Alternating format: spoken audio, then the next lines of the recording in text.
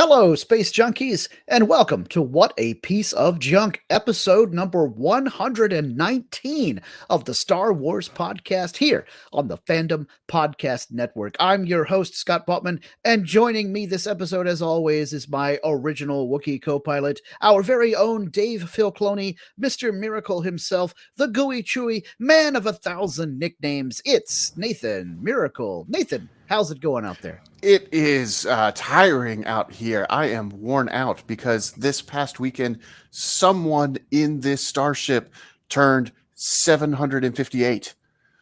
That's right. When 700 years old, you reach, look as good. Hopefully you won't, because hopefully you'll look better than this. No, not 700. In Earth years, I am only 46.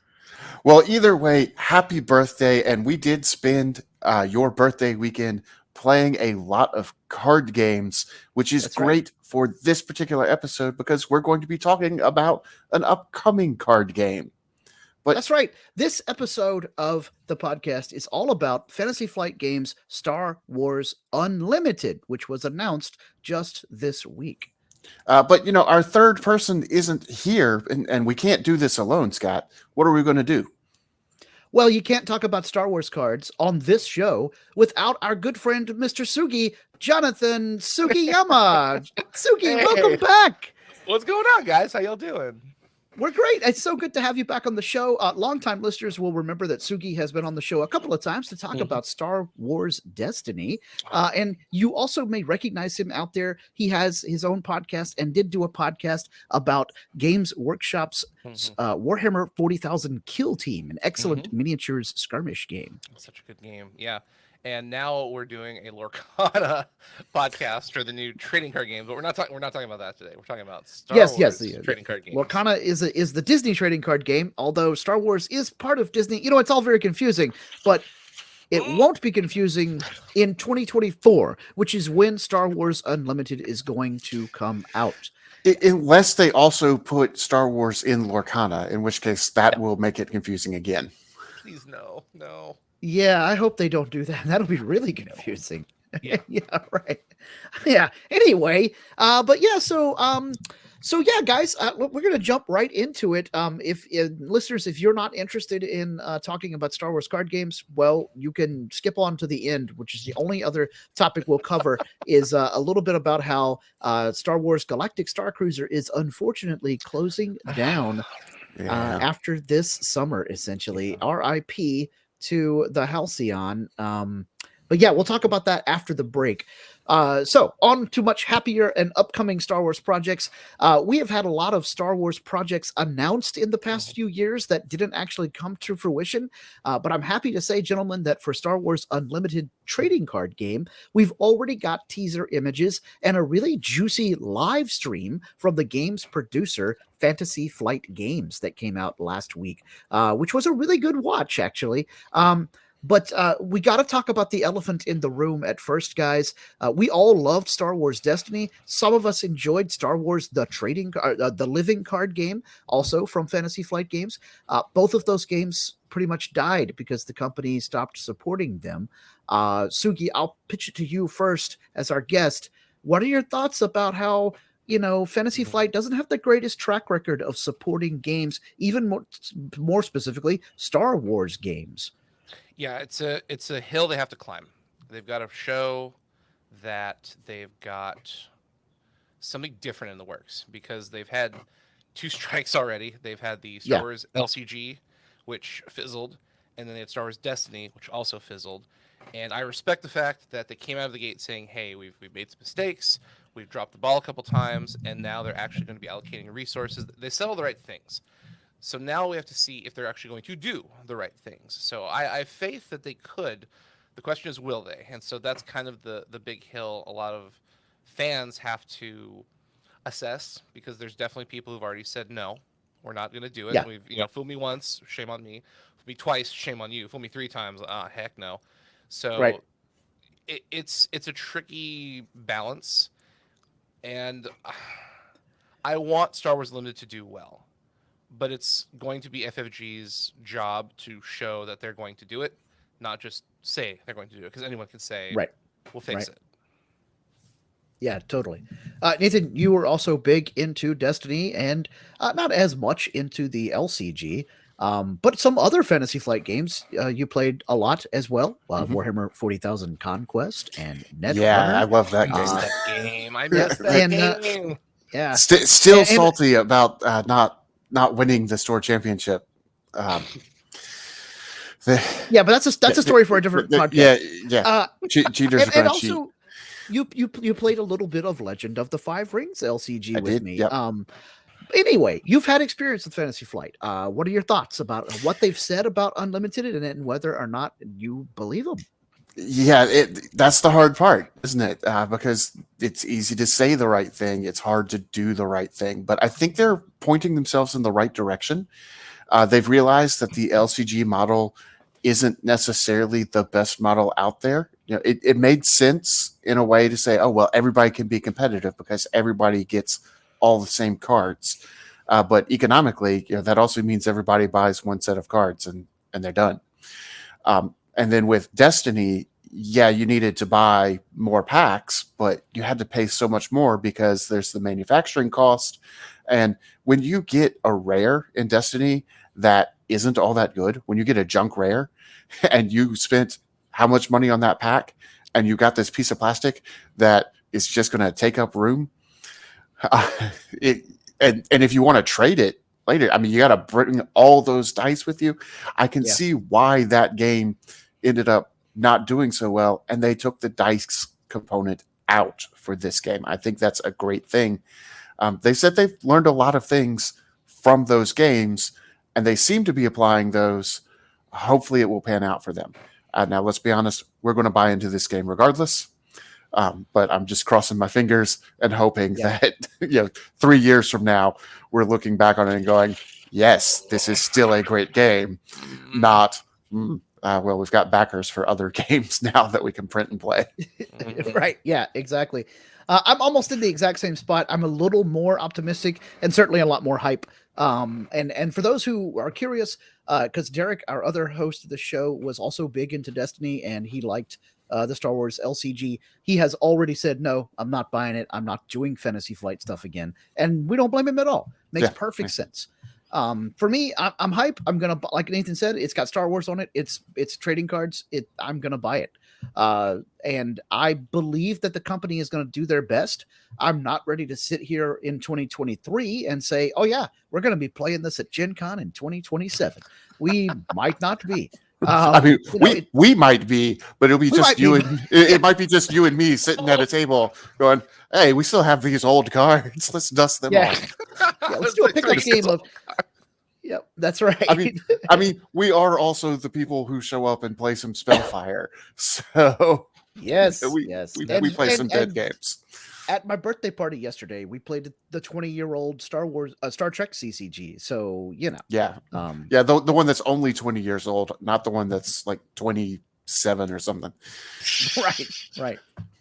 The only thing that worries me is Disney. And that's because Disney is clearly throwing their license around to companies going, hey, give us money, you can make a trading card game. And that's the interesting thing that's kind of a juxtaposition between Lorcana and Star Wars Unlimited that worries me is if one supersedes the other, Disney is notorious for cutting everything out and just giving all of their resources to the thing that's making them the most money. So whether it be Lorcana or Star Wars Unlimited, or I honestly wouldn't be surprised if we get an announcement for a Marvel trading card game from FFG as well, because they have the license for that. So Disney can just sit back and watch and see if Disney Prime content, Mickey Mouse, Minnie Mouse, animated movies, or Star Wars, or Marvel, potentially, if that game exists, would be the game that produces the most fandom, the most money, the most goodwill, and then the other two or whatever, the other one, they can just go, okay, cool, we'll let you write out your contract, and then we're done. So it's cool seeing Star Wars Unlimited, but at the same point, I'm also like, why is Disney outsourcing 2 games within a year? That's a little concerning from a business perspective. Like something's not right. Sugi sensor tingling.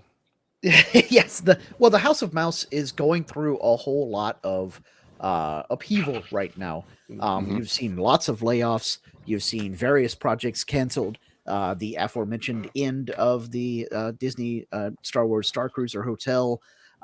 They've cut back on some projects that were happening at other theme parks around the world, not just Orlando. And they've laid off executives, even executive level stuff. So you can tell that they aren't making as much money for their shareholders as they once were. And I think that a lot of the folks at the House of Mouse are concerned that Disney Plus isn't doing the numbers that they wanted it to do. And so it wouldn't surprise me if, like you said, Sugi, they sent out the licensing for all kinds of things, and they're just sort of throwing spaghetti at the wall to see which noodle sticks. And so after they make that determination, yes, they might cancel the license or shuffle the license off to some other company. I'm not super familiar with Lorcana and for what has been announced for it so far. Who makes that game? Is that also Fantasy Flight? No, so it's a puzzle company called Ravensburger. So this is their Oh, first okay, foray okay. into a TCG. So you might know them from Villainous. That's a very popular Mm-hmm. board game. A lot of people played. It's interesting because they have a really strong backbone. So they've got Ryan Miller or they've got Steve Miller and Ryan. Oh shoot. Oh, I'm sorry. Ryan Miller, Steve Warner. That's right, the combo. So these are guys who come from Magic the Gathering, Kaijudo, Digimon, lots of trading card game background. Awesome. Ravensburger, zero experience in doing this. Not so awesome. Yeah. Can they do it? Yeah, but like for example, they're still kind of getting their sea legs. So Gen Con had their tickets go on sale today, and Lorcana had 7 tournaments, we'll say, and it was capped at 60 tickets per person, and it sold out in like 5 minutes. And they were thinking, oh, everyone's going to get to participate, but they might have underestimated the popularity of the game. So I don't think they're making any major mistakes. They're just not necessarily aware of the grandiosity of what Lorcana could be, because this is their first time, and I don't blame them for it. So looking at FFG, who has done trading card games for many, many, many, many years in different flavors, LCG, they used to do the old Game of Thrones TCG, like they've got experience. It's interesting to see the juxtaposition of Ravensburger, who is brand new to the game, with a IP that's super hot, exploding off the shelf. Everyone's so excited. There's all these fears about allocation and not being able to buy product, yada yada. And it's like, okay, this is cool. Disney Lorcana is going to be an interesting run. Let's see what happens. And then Star Wars Unlimited is announced, and half the people are like, no, it's FFG. Screw you. I'm not doing that. Right. And Right. it's like, here's a company with a lot of experience, a lot of know-how, a lot of distribution, and they've already been cut in half by previous mistakes. So Baggage. like Lots and lots of baggage. baggage. Yep. Great way to say it. So it's interesting to see like the new kid on the block learning their licks, and the not so new kid on the block getting rejected because they've kind of made some boo-boos. And both games look amazing. I think both games will do really well, but it's also like they're in two completely different territories of what do I do with this as a consumer? Like, Yeah, yeah. For me, well, okay. So we've been throwing around a few acronyms and terms here. Let's go ahead and set some floor level, ground level entry points. So let's talk about what we know so far. Different than Star Wars Destiny or Star Wars the card game LCG, this is going to be Star Wars Unlimited, a trading card game, or TCG. So that means that we're going to buy booster packs that are randomized to get cards. We're going to be able to build decks out of booster packs worth of cards in sealed tournaments and other limited limited other limited formats like draft, right? And unlike say Destiny or the LCG, certainly we don't have much in the way of an idea as to what might be in a pack when we open it. It's randomized. And also, like Nathan was talking about earlier when it came to Destiny, we'll be able to trade these things. So like if Sugi and I meet up at Gen Con and I'm gonna trade you my Luke Skywalker for your Boba Fett. Boom, we're done. We don't have to make sure that we have dice. And Sugi's like, I don't know if I'd make that trade or I not. don't know about that. But Scott, all this time has been going, Boba Fett? Where? with that. You can have my my Jawas. I don't care about those guys. I would absolutely want to see how Jawas work in this game, and we have a pretty good hint that Jawas do exist in this game Yeah. because in the Fantasy Flight Games live stream, one of the examples of how the game has internal Star Wars logic was that a Jawa could not bust up a Star Destroyer, which for those of you who didn't play Star Wars the Living card game, sometimes wacky stuff like that happened. Like Nathan has killed my X-Wing with his Rancor before. Yes, that was always my favorite, having a Rancor absolutely destroy spaceships. That was annoying because it could. It could do it. It was completely legal play, and I was just left going, how does that It's like, well, you see, the Rancor was trying to fly the X-Wing, and he's just too big for it. So, boom. How did the Rancor not die? Not sure. I know we're getting way ahead, but I want to give FFG props that they split ground effects and ground characters and space things, so that doesn't happen. Thank you, whoever thought about that, because it was like, if they do that crap again, I'm not interested. But they've actively said you can play in space with your spaceships, and you can play on the ground with your ground forces. Great. Awesome. Yeah. And that lets them have kind of two different scales, because like an Imperial Star Destroyer is way more powerful than, a ground trooper, any ground trooper. But to keep the numbers relatively the same, you just imagine that the space side of it is on a much bigger scale. The X-Wing that we see only has 2 attack, it looks like, which is the same as Leia. Leia can't outshoot an X-Wing, but maybe she can. I hope not. Leia never misses in the original trilogy, but she only shoots like twice. Look, when you set the bar real low, it's easy to hit. Accuracy, still 100% accuracy. All right. Anyway, okay. Let me keep laying it down here. The foundation. It's coming out in 2024. The basics of the rules that we know so far are thus. I'm going to try to summarize in like one sentence. So help me out here, guys, if I go crazy. You have a base that you build your deck around to contain. You have a leader unit that you have your deck you build around. That's probably a main character like Luke or Darth Vader. And then you win the game by destroying all of your opponent's bases. And that is my little segue to let people know that it is also built from the ground up to support multiplayer. So it's not just one-on-one. You can play a big group of people around the table at Star Wars Unlimited, perhaps even unlimited players. Man, look at that. And so you build your deck primarily, as according to the language used in the FFG live stream and their press release, primarily from cards that you get from those randomized booster packs. More on that in a moment.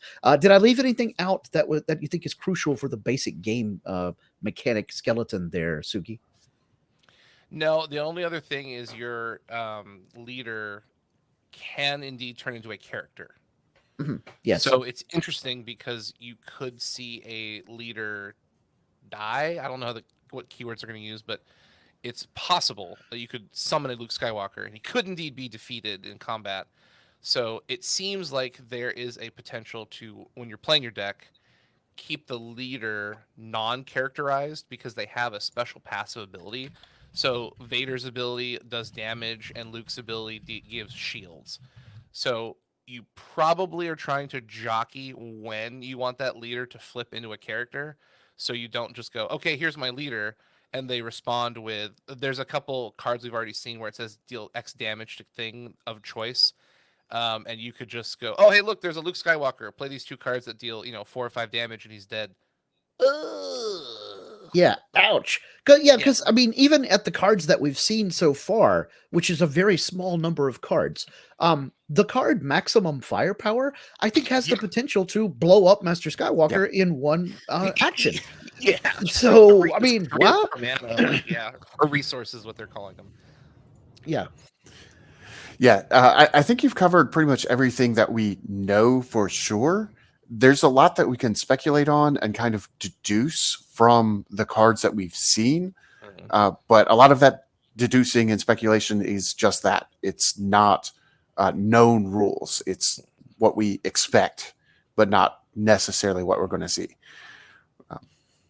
Okay, great. All right. Well, then I wasn't too bad off on my discussion so far. All right. So, that's the ground rules, the foundation of the game that we have so far. Um, guys, what do you like about the game so far? Suki, you're our guest, so I'll start with you again. What are you happy to see? It looks like Destiny. The way they've explained it is you take an action, your opponent takes an action. You go back and forth. That's exactly Destiny. There's no dice, thank God. So you basically get to play cards. I'm assuming there's summoning sickness like magic. So if you play a character, you cannot activate them immediately. Could be wrong. They might allow you to actually activate immediately, but that would be an action to play a card. So you play a character, then your opponent plays a character, then you activate a character, then they Yeah. play another character, so on and so forth.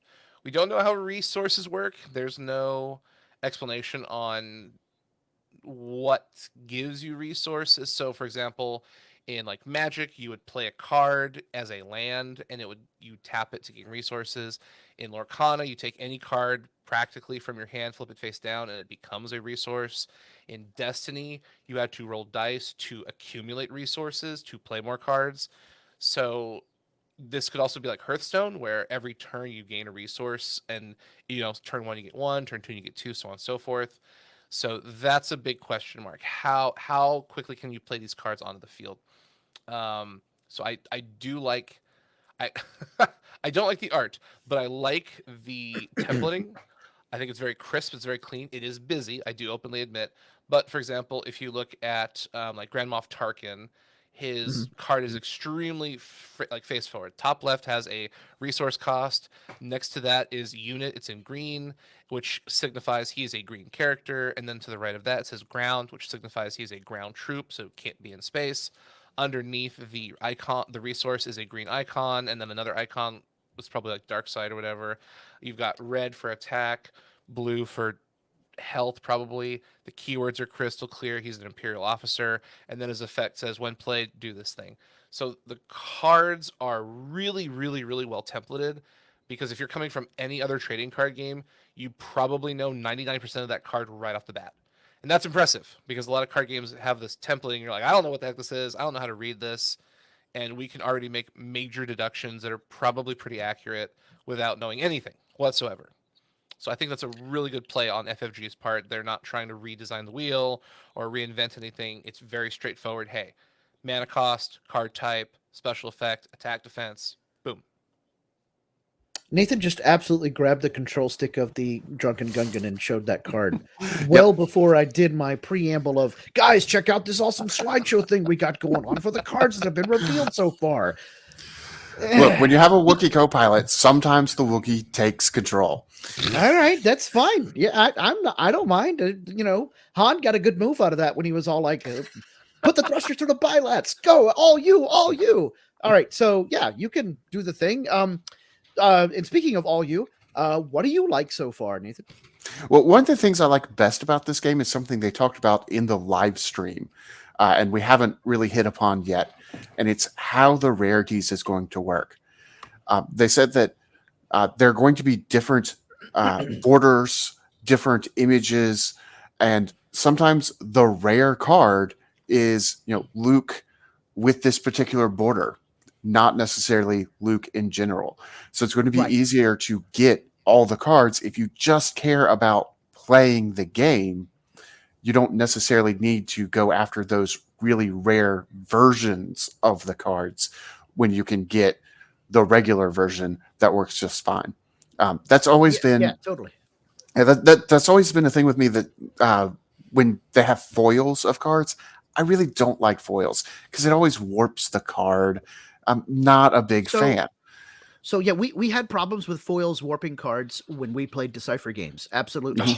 Magic the Gathering and Legend of the Five Rings, near the end of its CCG life, before it became an LCG, had a different type of foiling process, and new foils for Magic the Gathering don't warp anymore, Nathan. So I would be shocked. Well, that's good. If we had a warp problem. If we had a warp problem, that'd be a Star Trek game, not a Star Wars game. Thank you very much. Yes.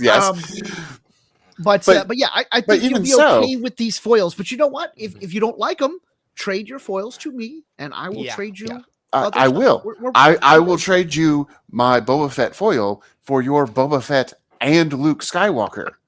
Oh, So I No, get. no, no, oh. no.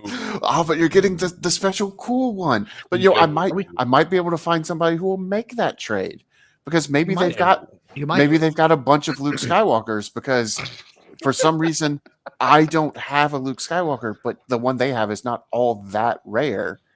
Mm, Yeah, if I can trade down to more cards of lesser rarity because they sure. don't have the rare border.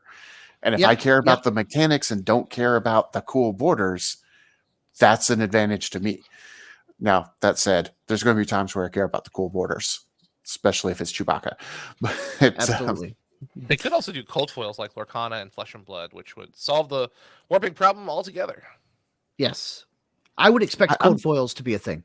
I hope so. They're getting really popular all of a sudden. Sugi, explain cold foils. What do you have like how to process Yeah, works? Can you absolutely. pontificate? So there's two primary foilings. There's rainbow foils, which is easy to search for if you look at a Pokemon card or a Magic card or Yu-Gi-Oh card.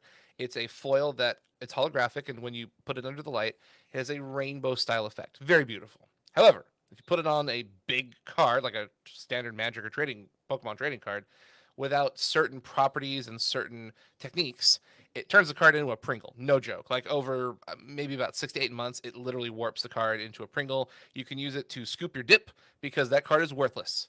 However, cold foiling is different. Instead of foiling out a card with a literal sheet of rainbow foiling, you specifically target zones on the card and you metallically foil them in a unique style of foil. So you use a cold heat process essentially to foil out a background element or a foreground element, whatever the artist or designer wants it to look like. So you have a cool effect, you have a beautiful card, but because the card isn't entirely foiled like a rainbow foil, there's not enough pull on the cardboard to warp it into itself because you're only targeting specific zones. Also, they, in my opinion, look way more beautiful in terms of foil aesthetic. However, they have no color. It's almost always like a silver or a gold. So if you want like blue, red, green, like you actually want color, you want rainbow foils. If you want just shiny, like pure sparkly bits, that's going to be a cold foil. which for Star Wars, cold foil could work really well because you have lightsabers, you've got star fields, you've got starships that are silvery and don't have a lot of color in them. So Or yeah, that you've got the picture of the executor from behind, and you foiled the engine glow. Oh, that'd be cool. yeah, Thrawn, that'd just be foil out awesome. Thrawn's face. yeah. His eyes, because he's got the glowy eyes. That'd be cool. Yeah, That'd be cool. that'd be cool. Yeah. Or The- any the lightning blaster from- effects. The Palpatine's lightning. Yeah. So the cold foiling has kind of become like the hot topic. So if you know about Flesh and Blood, a cold foil, any card in the set can be cold foiled. So they have a base set of cards, regular printing. Then they have rainbow rare versions of cards. Then they have cold foiled versions of cards. So a cold foiled whatever is the rarest possible version because you have, say, for example, you have a common, uncommon, rare, legendary, mythic, so on and so forth at regular printing. Then you have the rainbow rare or the rainbow holofoil version of a mythic card. Then you have the cold foil version of the same card. So I would see that Star Wars Unlimited will probably do something similar where it's like, here's the base version that Nathan was talking about. That's gonna like that Luke Skywalker costs like $5. Then here's the rainbow rare version. Okay, that's gonna be like $10. Then here's the cold foil version. It's gonna be like $20. And then they could do something Pokemon style where they have like an alternate art rainbow rare or cold foil version. That's gonna be like $100 because it's like one in every 300 packs or something obscene. So that's purely collectible because it has the same effect as the $5 card. And if you're a competitive player, you're gonna go for the $5 card because that's all you need. Yeah, which means for all the Chewbacca related cards, I can go for the rare cool stuff, and I can trade all of my stuff that I don't care as much about to other players to get more of the mechanical stuff. So it's cool that I can target what I want to collect, and not have to have it be that Luke Skywalker is this $300 card because they made an absolutely broken version of him Not talking about the Return of the Jedi version. What? Are you saying there was a Luke Skywalker Jedi Knight that had crazy good game text and ridiculous stats? No, I'm not saying that. It just happens to be true. I know what you're talking about. We're not talking about him. No. That sort of thing won't happen because, like you said, the $5 Luke Skywalker is going to have the same mechanical impact as the $300 alternate image, alternate border, cold foil, special image, insert all other adjectives here. Yeah. Too many adjectives, Cole. All right, so I'll just add my answer to what do we like so far. I agree with everything you guys have said, and I also will have to slightly disagree with Sugi. I like the comic book style artwork. I actually think it looks great, but I mean it's literally art, so we definitely have different opinions. And I am not a huge fan of the borders and the icons. They look a little flat to me. I was hoping for a more sci-fi feeling borders, and they don't give that. I know Star Wars is not science fiction, space fantasy, and I definitely agree with that. But I was wanting, buttons and levers and lights and whatnot as the backgrounds, a little bit like the old school Star Trek CCG in second edition. But I don't dislike the borders enough to, be all like, I'm not playing this game. I have to keep my eyes slammed shut every turn because anyway.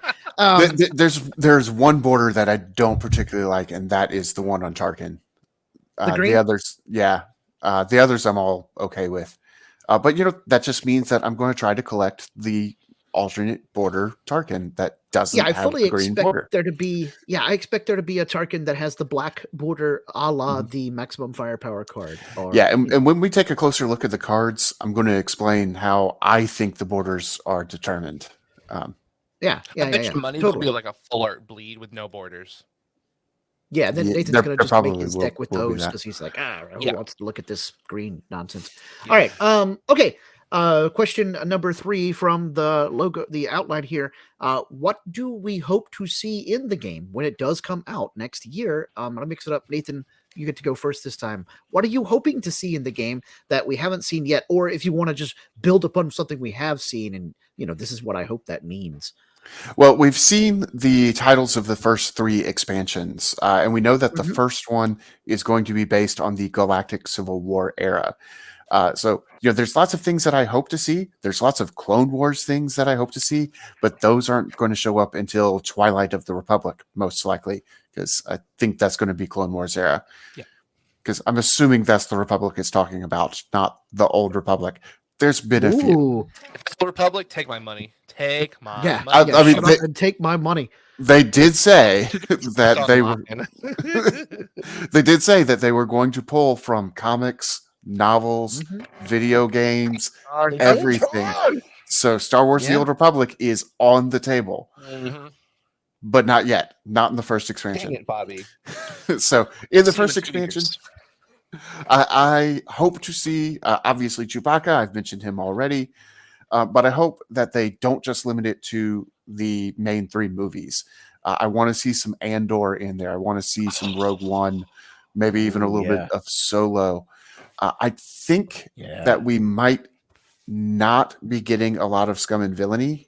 So in the LCG, the living card game, there were 6 factions. You had the Sith, the Empire, and Scum and Villainy.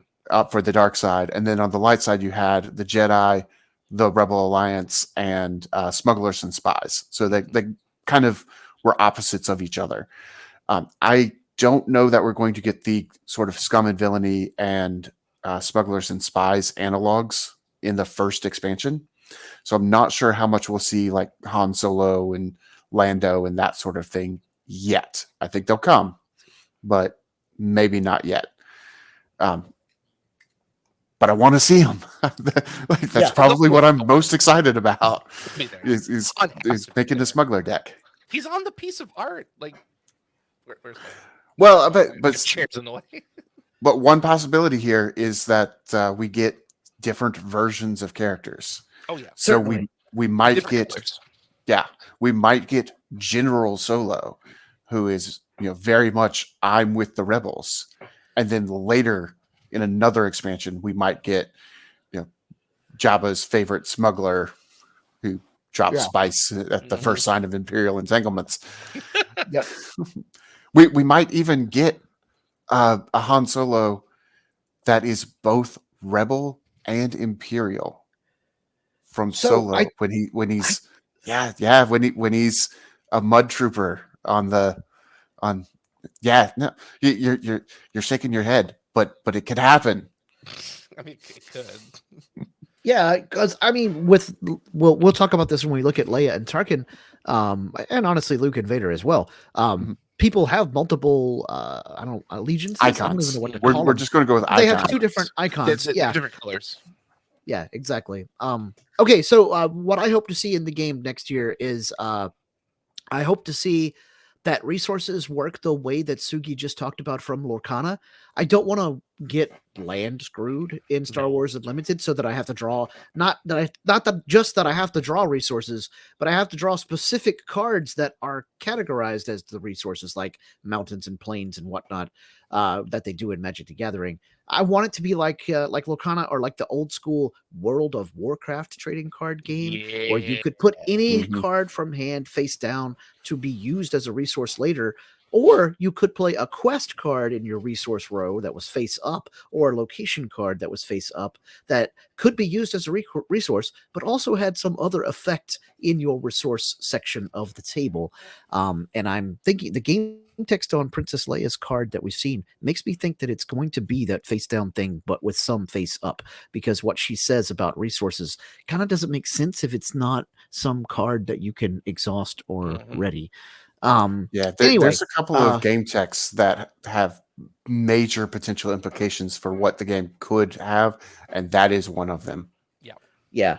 The other thing that I really want to see is either a mechanic or game text of some kind that emulates lightsaber duels. I want to see Yes. some way to have people that have lightsabers facing off against each other, whether that be a leader related effect or some kind of card you can play that does some kind of a duel type thing, or even, I don't think it'll be this, but it's possible. It could be some sort of rule built in where if you have a certain keyword or a certain icon, you can use your cards to do lightsaber strikes in some way that either deals with fighting enemy characters or like directly smashing up their base with your lightsaber, that kind of thing.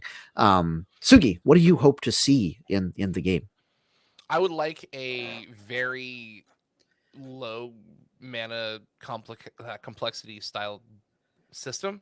So I'm thinking about the One Piece TCG. There is a thing called a Dawn deck that's 10 cards. At the start of your turn, you take the top 2 cards and put it on your field, and that's your mana. You don't have to draw cards. You don't have to do anything. It is a guaranteed 2 per turn. So since Princess Leia specifically says you can untap a resource, that means that there is a card that creates resources. So she says, when played, so you play her on the battlefield, ETB, when she enters the battlefield, either ready a resource or exhausting unit. So exhausting a unit would mean tapping down someone else because at the top left it says unit, so you can exhaust Tarkin or whatever. But readying a resource, what is a resource? We don't know. It's a card or a something. It's a something. But Yeah, what is a resource and how do I ready it? yeah, the implication would mean that it's a card you tap untap. So you ready, or which is untapping, or you exhaust, which is tapping. So the inherent thought is there's going to be quote unquote lands in the deck. So you have to mix cards that create resources with characters and effects and things of that sort. I don't want to see that again. That's magic. It's magic Star Wars style, and I'm not interested in that. I could play magic. But if they do something like One Piece, where you just have this deck, or maybe like Hearthstone, where you again have this deck and at the start of your turn, you just play a resource onto your field. You don't even have to think about it, it's just automatically there. I think that would be really refreshing because a lot of people are just really tired of resource based economical card systems. It's overly Yeah, yeah. complex, it's kind of old. We can do better.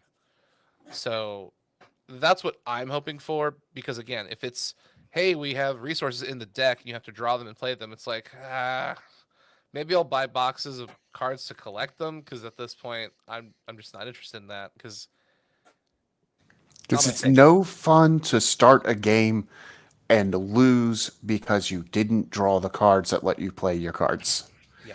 Yeah. Like that, If you just yeah, sat there and did nothing with a handful of cool X-Wings, that sucks. Yeah. It's one thing to lose because you got beat and the opponent outplayed you. It's another thing to lose because I just didn't draw the right cards. Yeah. Now, It's like losing in Star Trek because you never found your starship, right? You can't Yes. win Star Trek without playing a starship. And yet at the Man. same time, it's so easy, in a manner of speaking, it's very easy to I never drew my ship, or I drew my ship on turn 5 and by then it was too late. Yeah, that hasn't happened to me since yesterday. Exactly. And just for the listeners at home, I am not the person that gave Nathan the beatdown because he had no ship. That was somebody else. It was first round. I thought, man, my deck must be terrible. No, I figured out later it was still bad, but yeah. But So I definitely want to got see messed up. I definitely want to see a simplified mana system so you can play the game, not micromanage the game. The other big thing I want to see is a wide berth of game and deck archetypes. One of the biggest complaints I had with Star Wars Destiny was FFG was really afraid of control decks. Their philosophy was, well, we don't think that people would enjoy control decks, so we just won't produce cards that give players that option. The problem is, without control decks, aggro decks are just the only thing that win. And Destiny was very aggro heavy. It was really hard to come back if your opponent had snowballed because Destiny was so aggressive in if you get ahead and you sustain being ahead, there's almost no catch-up mechanic. So I really want to see FFG be willing and I don't want to be rude, but mature enough as a game company to explore alternative decks, deck playstyles, win conditions, and not just make this a literal base race of okay, whoever gets to destroy each other's base first wins, because that is hyper boring to me.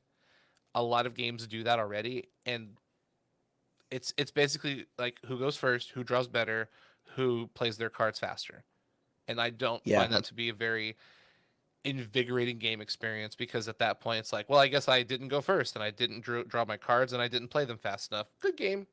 That doesn't challenge me as a player like at all. It's like I guess I lost because I didn't go first. I lost the coin flip and thus the game. It's not a good way to do a game. Yeah. For those of you who may remember, Sugi was one of the ones who popularized the whole Unkar Plut mill deck kind of thing in Star Wars Destiny because he liked having a way to win the game that didn't involve just smashing everybody up with damage. Which is it. Yes, they did because you did too well, man. You did too well. You flew too close to the sun. It's a great deck, and then they neutered it. I was like, come on. And then at Worlds, I had that Yoda Jar Jar Rose deck that did super well. And it was just like, man, you just couldn't have a control deck. They just wouldn't let you have it. Yeah. So I'm hoping this new edition, they're willing to explore spaces they haven't prior because it brings in more people. When you tell people you can play control, you can play aggro, you can play mill, you can play mid-range, all these different terms, that's a huge turn on to the player. If you just say, what's Star Wars Unlimited like? Well, it's an aggro game. Oh, well, I don't know about that, man. Because that's kind of pay to win at that point. Like, you just get the best cards, you draw the best cards, you play the best cards, you win. Oh, that's not fun. Yeah, totally. Although, I agree with you, I want lots of different deck types, but I'm thinking, of course, after Spark of Rebellion releases the first set, there may not be as many deck types as there will be by the end of the first year because we'll have more cards to build upon. But I hope that everybody I hope there's at least the big three, like you said, aggro, control, and then combo. I hope there's at least one proper, easy to build, powerful, or at least somewhat powerful version of each of those three core strategies. And I think there will be. We kind of actually see it in the characters. And that got me excited. Yeah, and you've got to have that rock, paper, scissors effect to keep any one thing from being the thing. Mm-hmm. Yeah. If everybody shows up to Worlds with the same deck, pretty much, Yeah. because there's only one real way to win, that's not good. Yeah, totally. That was the All right, problem well, with Destiny. That was very frequent. It would be like Yes. 2, maybe a third deck, but it was like 90% these 2 decks. And the 9 out of 10 remaining percent deck designed specifically to try to beat that deck. Yeah. Right. Yeah. Okay, well, before we jump into dissecting the cards that have all been revealed so far, a little bit of a conspiracy theory time here, because it's never too early for conspiracy theory in Star Wars. Guys, we've seen 4 different rarities on the cards that we've looked at. A C, that's quite clearly supposed to be a common card, very easy to find in booster packs. A U, that is definitely uncommon card rarity, so not as common as the common cards, but still relatively easy to get a hold of. An R for ye old rare card, and then an S, which, Nathan, you're part of the crew out there that thinks this means it's a starter or maybe even a structure rarity, i.e., a set fixed card. Like if you buy the box that comes in, you know it's going to be one of the cards in that box. But Suki and I are not as trusting as you on this, and we think that the S might stand for super rare, which is a correlation to Magic the Gathering's mythic rare, or all of those crazy rarities that he just talked about regarding Flesh and Blood card game. So guys, let's defend our positions. And Nathan, I'll start with you. Why do you think that S is starter rarity? All right. Well, I'm going to start off by saying I think I was wrong. So I'm going to have to circle back as to why I thought that, and then why I no longer think that. I completely did not see this going this way immediately. Suki, we win. Good job. Fist bump. Boy, that was whichever, easy. Yeah, whichever way you are over there. All right, yeah. So, yes. So anyway, okay, so Nathan, here's why why I did you thought previously that think in the first place. So for one, 2 of the cards that said S on them were the leaders, Luke and Vader. I thought, well, if you're going to make a Star Wars card game, you want to get the big names to people's hands as soon as possible. I know this is why people play Star Wars, so that they can play with Luke and Vader, and maybe some of the other characters too, but those 2 are the 2 biggest. So why not have something where you get Luke and Vader straight up? So have them be a starter card. You get them, you're good. Also, you need a leader and a base to play the game. You can't play the game without those. So they talked about doing limited formats. Well, if you're going to do a limited format, you have to be able to guarantee that everybody has at least one leader and at least one base. And if you only have random cards in the booster packs, you can't necessarily guarantee that. So having starters would allow you to do a limited format where you get the starter, and then you also get cards from booster packs, either by draft or by straight up sealed. So the reason that I don't think I was right is something else that they said in the live stream. They said in limited, you can play just by buying the booster packs without getting any outside resources. And if you're not getting any outside resources other than what's in the booster packs, that means you're not playing limited with a starter deck. Mm-hmm. And if you're not playing limited with a starter deck, what are you doing with a starter deck? Also, the fact that we have different rarities for different borders of cards means that Luke and that Vader could be super rare, and you still have common versions of Luke and Vader that the average person can pull from any given pack. So, yeah, I think I was wrong. Wow. I did spend a good...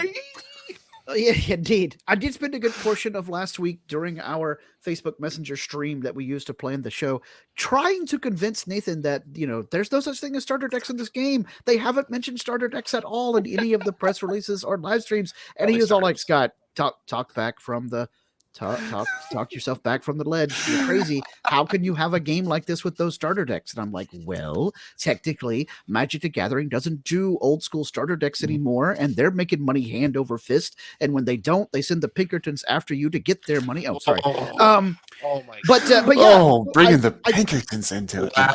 Right. Man, I checked up on it, and you can get like 2-player starters for Magic, and you can get obviously commander deck starters for Magic, but I don't think that I haven't played Magic the Gathering in a long time. I don't think that they sell like just a deck of starter anymore for that game. I could be wrong about that. Check your Target. Check your local Walmart and Target. Pretty sure they. But that what I'm have saying is something. those are like commander decks No, that I've they're seen over like- there.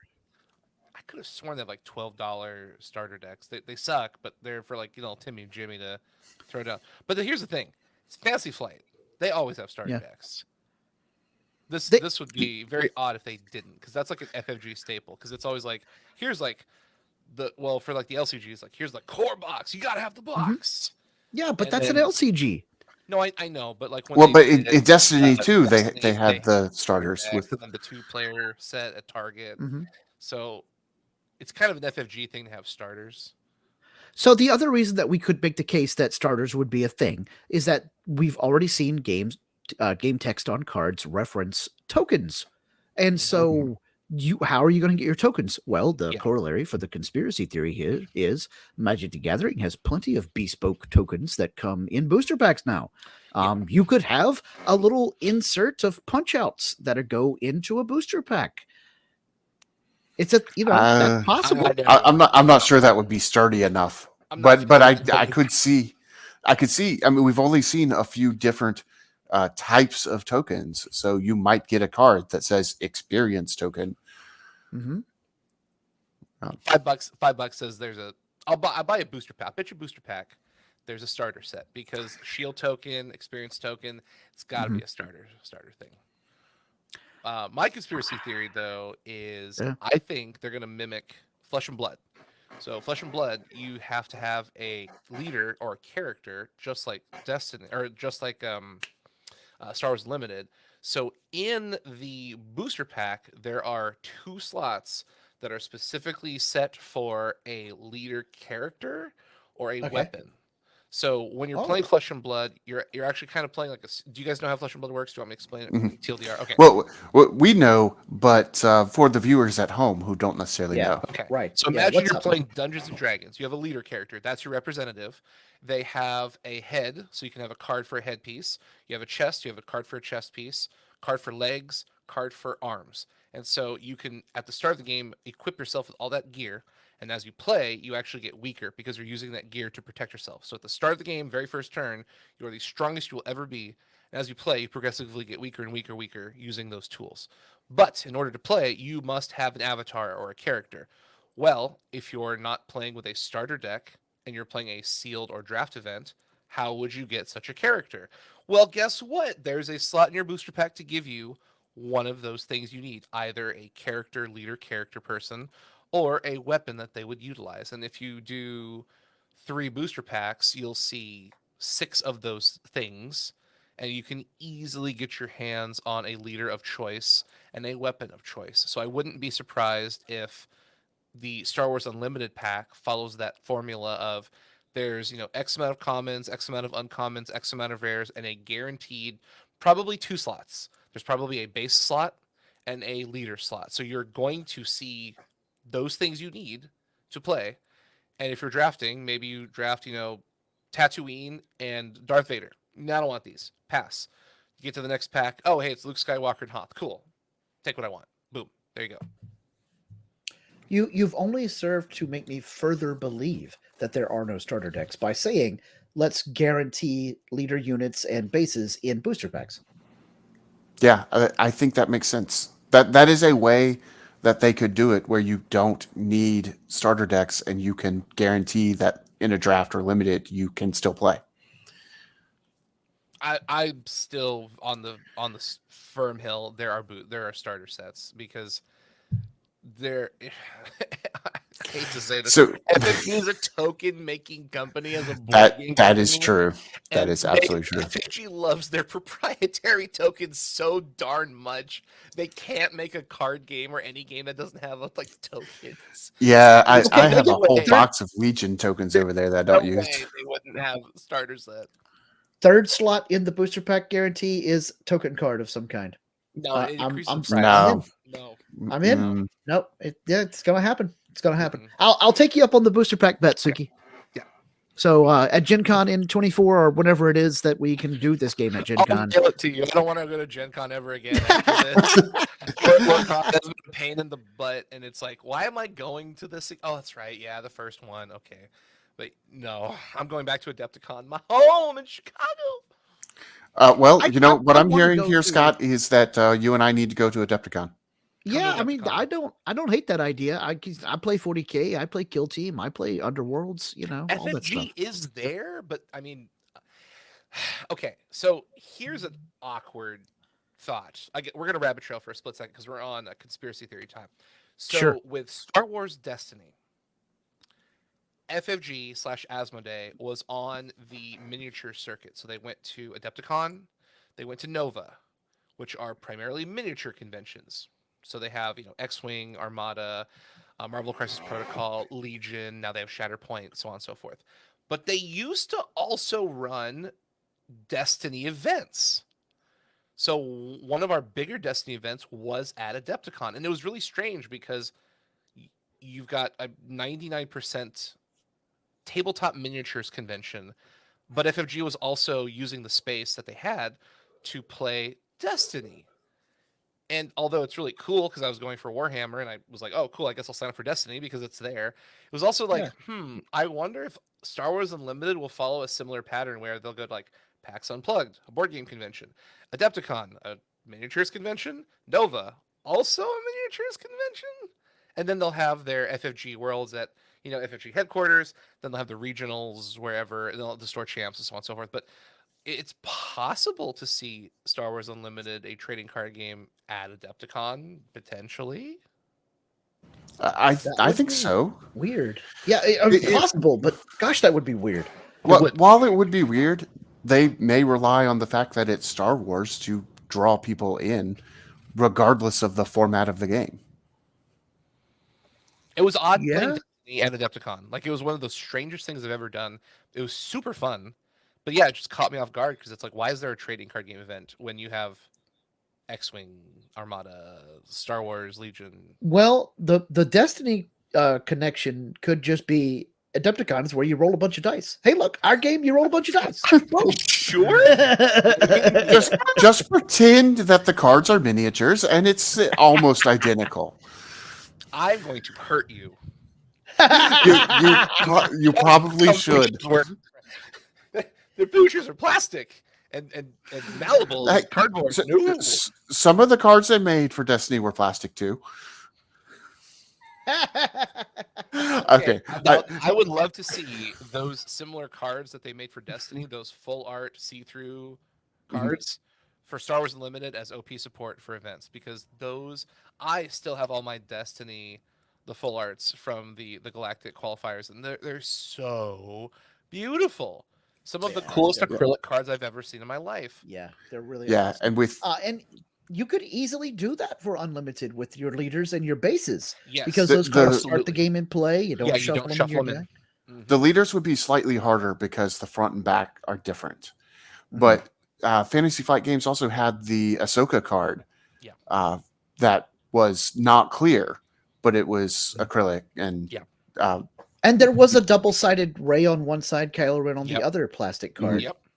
For Destiny. Yeah, so they could do that with the leaders. And depending on how the bases look, they may be able to do just straight up see-through on those as well. Oh, yeah. Yeah, that would be neat. Okay, well, speaking of... we could see Unlimited at Adepticon. I think we could. We could do it. Dice. Yeah. All right, well, speaking of cool card art and the way things look cool, let's go ahead and dissect the cards that we've seen already for Star Wars Unlimited. So we're going to start off with everyone's favorite princess, and a defiant princess at that, Leia Organa. So yeah, guys, looking at Princess Leia here, this version of her, which is possibly super rare, but more than likely starter. I don't know. This effect seems so strong. I kind of want to think this is a mythic level effect. Anyway, so Leia cost 2 resources at the big yellow box up there at the top left. That is a 2. She is a unit. That is the card type just to the right of the cost. She is a ground unit. We didn't get too deep in the weeds on this, but basically there are 2 arenas that units will fight in Unlimited, a ground arena and a space arena. And never the twain shall meet, as far as we can tell. So if you're on the ground, you're gonna like Leia here. You'd be fighting against your opponent's, stormtroopers or whatever. Also, you could also be fighting against your opponent's Princess Leia, because in this game you don't have to have one player as dark side and one player as light side, as you did in some old school Star Wars games. You can have the exact same decks face off against each other. So Luke Skywalker could be fighting Luke Skywalker, the clone from Grand Admiral Thrawn's Mount Tantus base in Heir to the Empire. I better not joke too hard about that. That might actually become canon again, and we really would have It really a could. clone Yeah. Luke. Yeah. Anyway, so also on the left-hand side, you see Princess Leia has 2, I want to say faction icons, but team icons, basically. The yellow swirly thing that I don't really know the name of yet, and then the slightly modified Star Phoenix logo of the Rebel Alliance, which is the Rebel icon. It did bug me a little, talking about artwork here, that they took some of the existing Star Wars icons, like the Phoenix or the Imperial Cog and whatnot, and either modified them just enough to make them differently, or changed them completely so as to not use the stuff that I have spent the last, 25 years associating with particular types of Star Wars units and characters. So yes, there's no Imperial Cog for Grand Moff Tarkin and Stormtroopers, and there's no Phoenix for the Rebellion. We got this weird gold bird and some kind of black chain-looking thing. So I did hear a little. You, Fantasy Flight, and your border design. I did hear some speculation that that icon that we think looks like a phoenix might not be for the Rebel Alliance. It might be for any rebels, from any era, not necessarily ones rebelling against the Empire. I see what you're doing. So these icons might also apply to characters from different eras. Okay, all right. I don't know that I agree with that speculation. I think that it is specifically for the Rebel Alliance, but it's at least an idea that's out there, and we'll find out more later. So you could, yeah, go ahead, Sugi. Some speculation I've also heard is that so the yellow symbol is representative of the color of the card, so it's a yellow unit. Because if you look at Tarkin, he's green, and the symbol underneath his cost is also green. So it's there for people who are colorblind, because if everything was a color with no symbol or iconography, it's very difficult to tell. So you could easily say, hey, I can't tell what color this is, but if all of my cards are the same symbol, then it's a legal deck for construction.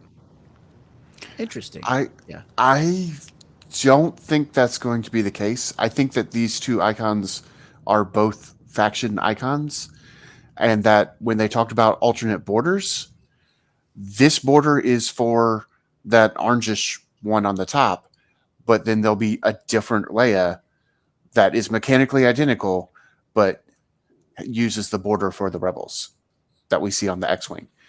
Because I compared the border on this Leia to the border on the X-Wing, and they're not the same. Do you have that card? Yeah. They are frustratingly similar. Frustrating. But not the same. You get the same basic border if you go back to your My Only Hope.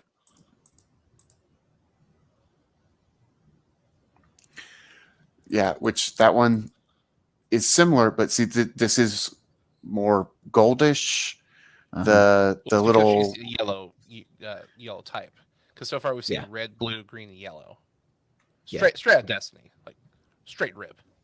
we have seen red, blue, green, and yellow, but we've also seen I want to go gold for wing leader because like Yeah, Nathan was it's saying, it's a he's- colorless. It can be in any deck. Is what Yeah, I'm wagering. yeah.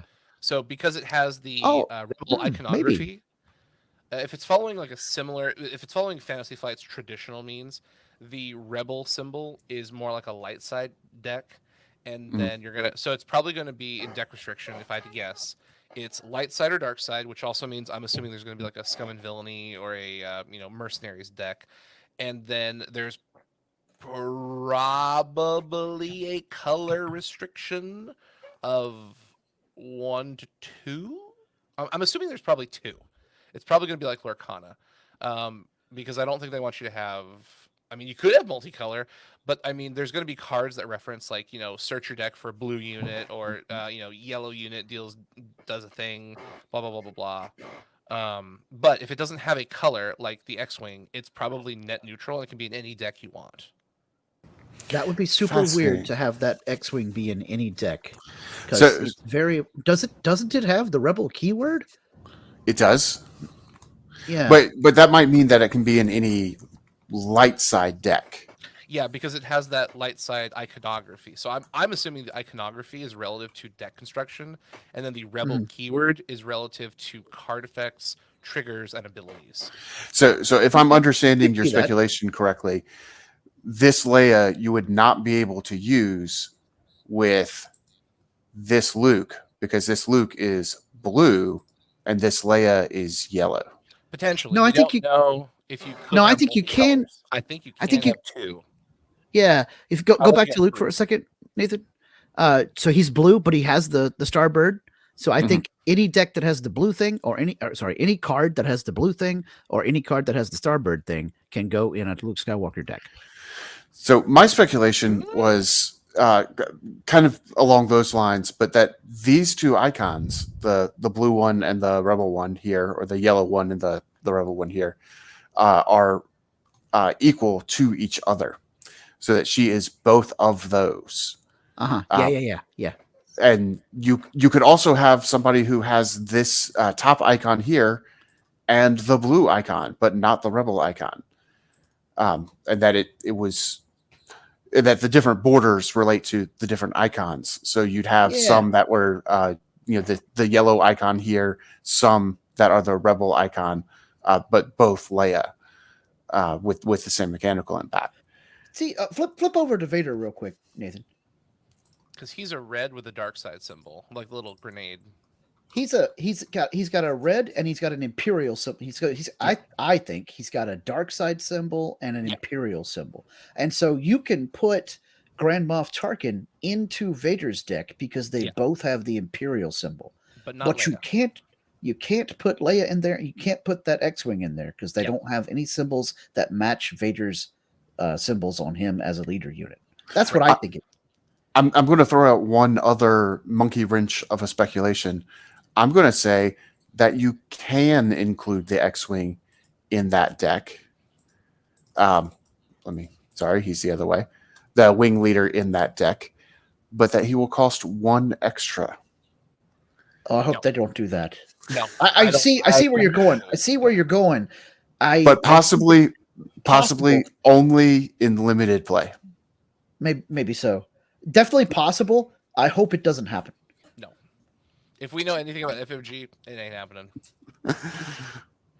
It's not a bad idea. I like the idea, but if they're gonna do this game right, they have to stick to theme. If they do something stupid like that, like I'm out. I'm immediately that would hurt the feel of the game. They kind of already said we're not going to do on-theme things like that when they talk about how the Jawa can't punch the Star Destroyer. That's true. They've been very all right. Let's go. Making it feel Star Wars, not a card game with a Star Wars IP on it. Yes.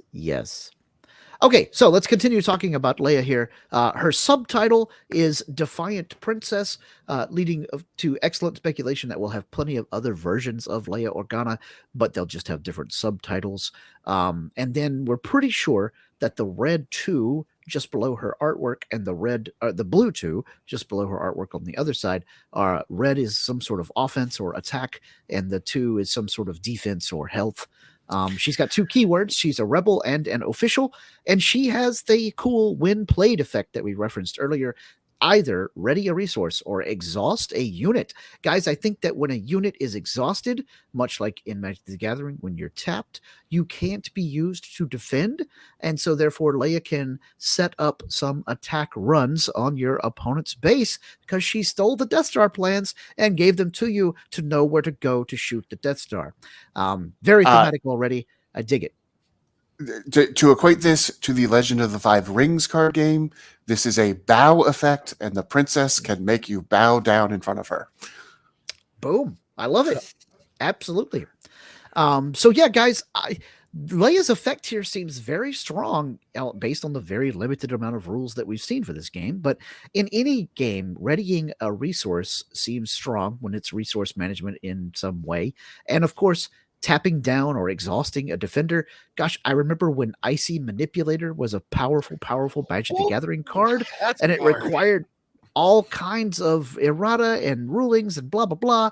And yeah, I think we may see a day where we go back and look at this episode of What a Piece of Junk, and we're all like, oh, we were such sweet summer children. We never understood just how game breaking this version of Leia was, which makes me even more think that it is a super rare and not a starter deck card, but I hope I'm wrong. I would wager money she's a super. The other thing, though, to keep into account is she has that little star by her name, which in Fantasy Flight history means you can only have one of this named character. Yep. We don't know if you can have a second Leia Organa with a different title. So say there was like a blue Leia Organa and it's like, Princess of Alderaan. Yeah. Traditionally, one Leia is one Leia, no matter what color, what name. If there's a Leia, you cannot play any more Leias until that original one is off the board. So she's good, but there's only one of her, so you don't have to worry about, someone's going to slap down 4 of her and be like, all right, 4 of your things are tapped out. Haha, lol, sucks to be you. Like, it's just one, but it's good. Yeah. I would for one, which is scary. Yeah, I would wager a booster pack that that all Leias are going to be titled Leia Organa, and that the subtitle will not matter for uniqueness purposes. Only the title matters. The subtitle is just to differentiate which one it is. That said, I think that there are going to be at least 2 Leias in the first expansion, because she makes so much sense as a leader. Yeah. So I think there's going to be a leader version of her, and this is the unit version of her. I think they can do the same with Luke and Vader as well. Because when we get to those, we can look at the card numbering and see that there's going to be multiple leaders on both sides. Yeah. I'm willing to bet she'll be in green too. Now, see, I was thinking that green might be the dark side equivalent of the yellow. No, they're all 4 colors should be split between both decks. I think there's more than 4 colors. So you think that I think we've already seen more than 4, haven't we? Red, black, gold, blue, and yellow. That's 5. Is there black? That's an event though. There's an event that doesn't have a color but has what we think is the Imperial logo. Yeah, which means it goes into Imperial decks, can't go into Rebel but decks. But the border for that event is a black border kind of thing. Can you scrub over to it? We can take a look. Yeah.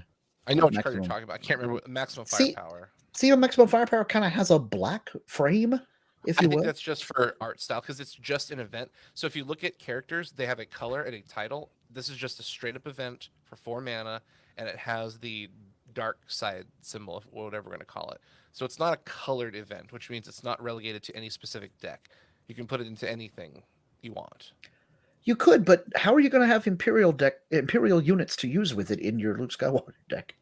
No. I think the thinking is you can use it in any deck so long as your leader has this icon, the black icon. And that black icon is exclusive to Imperials. Compare that to You're My Only Hope, which is our other other event. Colorless. Oh, this is Well, let's see, because I'm looking at this. I think that is the same border. It's just colored differently. Yeah, you're right. It even has the same 2 stars on the right, 2 stars on the left. Yeah. Interesting. So they're using borders to kind of denote like an event versus a character, but if it was I'm pretty sure we're going to see colored events that you can only play if your leader is of that color or you're running that Right. colored deck. So maximum firepower would be like a colorless card. You can go in any deck as long as your leader has that symbol on the bottom left underneath the cost, the resource cost. Same thing for You're My Only Hope. It's a net neutral. You can play it in any rebel deck. But in the future, I guarantee we're going to see colored. What are these called? Tactics, I think. These are called events. Events. Oh, that's right. This That's right. event is an Imperial tactic Yeah. as well. Whereas You're My events. Only There'll Hope. be green, red, blue. You're My It's Only Hope is a colorless. gambit. Yeah, it's a gambit. Yeah. Okay. All right. Cool. Okay. Let's jump back over to Leia. So what do you guys have think anything you want then? to add? Well, what do you think this yellow means if that's the case? Because I was thinking this yellow meant light side official. So, are you talking about just the yellow color in general? Well, the top icon. Yeah. So I'm of the belief that there are going to be color pies, just like Magic, and so yellow is going to be a representation of something. It's probably going to be based off of just one card. It's probably going to be more of the high-end royalty, the rich, the wealthy. You're probably going to have connections, something like that. Green is probably going to be militaristic. Blue is probably going to be like good force user, very Obi-Wan, Qui-Gon Jinn. And then red is going to be much more aggressive force user. So you're going to see things like Darth Maul, Darth Vader. Probably going to see Samuel Jackson, Inquisitors. Mace Windu. He's a very aggressive force user. So the color is not specified to a deck type, being light side, dark side. It's a color representation of characters that would fall into that parameter. Interesting. I was expecting red icon is Sith, black icon is Imperial, and so you're not going to have a Sith version of Mace Windu, but maybe you're right. Maybe it is more aggressive force user, not necessarily a Sith. Well, I think part of the question here is what is the second icon? Because if the second icon is just light side and dark side, then it wouldn't make sense for blue and red to be light side force user and dark side force user because you're already covering that in the second icon. So one should be a color, one should be a overarching representation. So like light side, dark side, and eventually we'll probably see mercenary, scum and villainy, that kind of thing. There'll probably be a third deck type, and so your leader will be a type, and so you can only have cards of that type. So you can have light side or dark side. And then I'm pretty confident there's going to be a color restriction of like 2 colors in the deck, Lorcana style.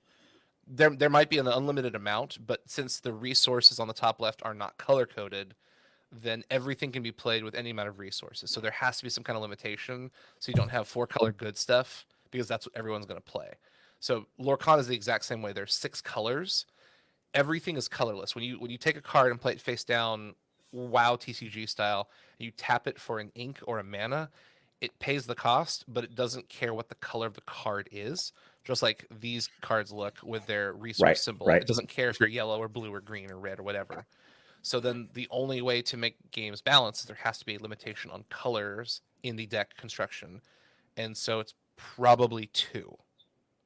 So you probably get to pick the character your leader is. That's a fixed one. And then a subsequent color of choice. Interesting. I still think that the cards you put in your deck will have to share one icon with your leader. So, like, if you build that Luke Skywalker deck, you got to everybody in there has to be blue or the little gold starbird thing. That's possible. That's very possible.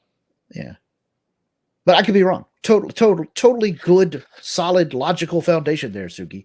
I like it. Yeah. Well, the second icon could also have an era component to it. When you say second, are you talking about the color or the rebel / dark side? The bottom one on Leia. Okay, so the rebel. So, because every time we've seen one of the colored ones, and either this rebel one or the black one that we think looks like an imperial one, the rebel or imperial one is the bottom one. So that's what I'm considering the second icon. That icon could have an error component to it in that all of the cards we've seen so far have been from the Galactic Civil War. So it might be light side Galactic Civil War. And then when we get Republic cards with the clone troopers and whatnot, they may have a different icon that is still light side, but Republic. And but they might then not be cross compatible. Some of those well, cards. they might might not. be. They might be somewhat cross compatible with the top icon. So let's take a look at Luke for just a moment. So he's got the blue icon and also the rebel icon or presumed rebel icon. So it might be that you could build a deck around that rebel icon, but it might also be that you could build a deck around that blue icon. So you could have Luke be a leader for the rebels, or you could have Luke be a leader for a bunch of light side Jedi, and you could build a deck that has Rey and Yoda and Qui-Gon Jinn and all of those characters, but you don't have all the rebels. Maybe. Yeah, that's totally possible. Yeah. I think that's a cool possibility there. I kind of want to compare Luke's border to Vader's border now, because we're talking about how it's not keyed I'll to. give the borders of these cards. They look so freaking cool. Like the little star effects and how like the dark side is like a black card with like etched out pieces, where Yeah. the light side is the full artwork of it. It's like, that's really cool. I'm just the cartoony art's like, there's some pieces I really like Tarkin he looks kind of derpy, but like Luke and Vader, definitely give them props. Their artwork is super sexy. Leia, I don't know. I want to see what vehicles and like other effects, like I want to see what bases lightsaber look like. equipment. I want to see what bases look like. That'd be super cool. Yeah. There's got to be a Darth reason Vader's they haven't card. shown them yet. Oh, they're gonna preview them. I'm positive there's gonna be something at But- Gen Con. I'm really excited. I hope there's something. But I mean, to not preview them with all of the initial stuff, there's got to be something special about bases. I'm hoping to get a demo, Yeah. like a promo card at Gen Con, please. Yeah, that would be cool. Are you guys coming? Not this year. Nah, Darn. Okay, cool. but most likely not. There's an Now- extreme outside chance.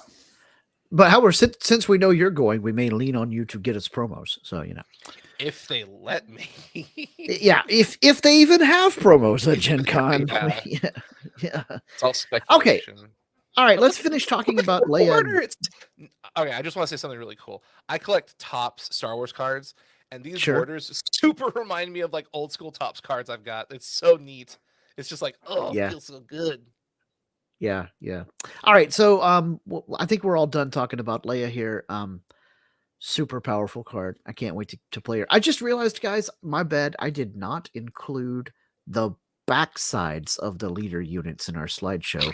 Nathan, you and Sugi talk about that while I see if I can somehow add that in live on the fly. Do your thing. Talk about Luke or Vader first? Let's talk about Luke first. So Luke is a leader card. He is blue and has the rebel icon. So this is well, I don't know which side is considered the front or the back. So the front is going to be the one that's not a character. So he starts That off makes sense. with action, pay 1 resource, and there's a little arrow, basically tap him, which is the cost. The effect is give a shield token to a rebel. Well, it has the same like rebel iconography like the Phoenix, to a unit you played this phase. So basically you pay a resource, you tap this specific card, and you give a shield token to something you played. So that's why I think that iconography is relevant to the deck construction. You might be right. You might have to. You must have one or the other of these in your deck. And then there's an epic action. Oh, go ahead. But because if you did have to have the rebel one, then it wouldn't make sense that he specifies that has to be a rebel unit, because all your units would have that icon. I feel like all your units will have that icon, but I digress. Well, then they wouldn't need to put that icon in the game text. But it wouldn't be the first time that they added extra icons to game text that weren't technically needed. Yeah.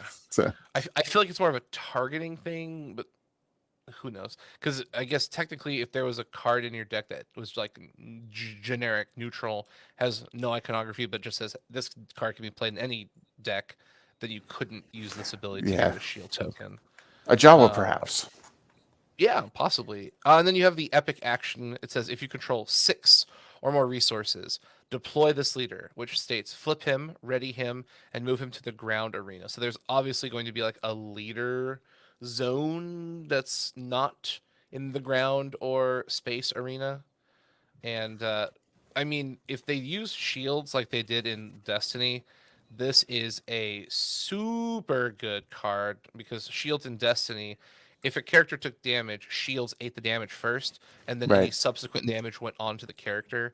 So we've seen enough things that produce shield tokens. So you can make something very difficult to kill.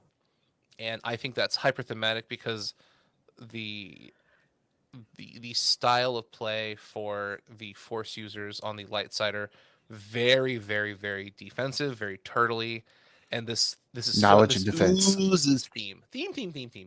Love it. Yeah. Now, All one right, guys. thing that I think I was able to pull it off. So you can keep talking about it. I'm going to remove this slideshow and bring in the updated one. I think so. Here all we right. go. So one thing that Scott caught on to is that this Luke and the Vader has the ground keyword or term in the upper right hand corner on the back. So that does open up the possibility of them making spaceship leaders that have space instead of ground. Now that would mean that they need to update the reminder text too to say space, but that just have it be based on whatever it says on the other side of the card. Boom. Haha. There we go. So these are the other sides of Luke and Vader. So now we can give people a little more information here about what it is like to be a leader. So, like you guys were saying, this is the side that you begin the game with. And then they each have an epic action that lets you deploy them to the ground arena because these are both ground leaders. I'm curious as to what the criteria are for taking an epic action. Because this says if you control 6 or more resources, deploy this leader. It doesn't say spend those 6 resources. It just says if you control 6 or more. For Luke and for Vader, it says if you epic action, if you control 7 or more resources, deploy this leader. So does that mean that I don't use or exhaust my resources to put out my leader? I think I Yeah. think that's exactly what that means. I think Right. all leaders will be that way. Yeah. This is Well, probably I, like s- the power I say all leaders, the vast majority of leaders, because as soon as I say all, they'll come out with some really wonky one that like flips without any resources or something. Or you do have to exhaust them to play him. Jabba the Hutt, you got to pay him. Yeah. That'd Yeah. be funny. I feel like this is going to be similar to like the power action from Destiny, where you can do 1 per turn. So Yeah. we know that you can take an action, resolve it, and then your opponent gets to take an action back and forth. So I'm willing to wager we're going to see cards and effects that are epics that are super good, but once per turn effects. So you can only do this one crazy thing, and then you have to wait until another full turn has been started. You know, it just Because- occurred to me since they call these epic actions, other things in Star Wars that were considered epic could Mhm. be fulfilled by these in Mhm. some other cards or card types. For example, Yeah. making an attack run to destroy the Death Star or Mhm. having a lightsaber duel. You could have literal epic events. Yes.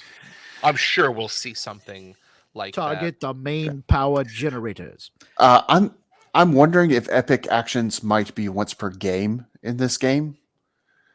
That you that. Ooh.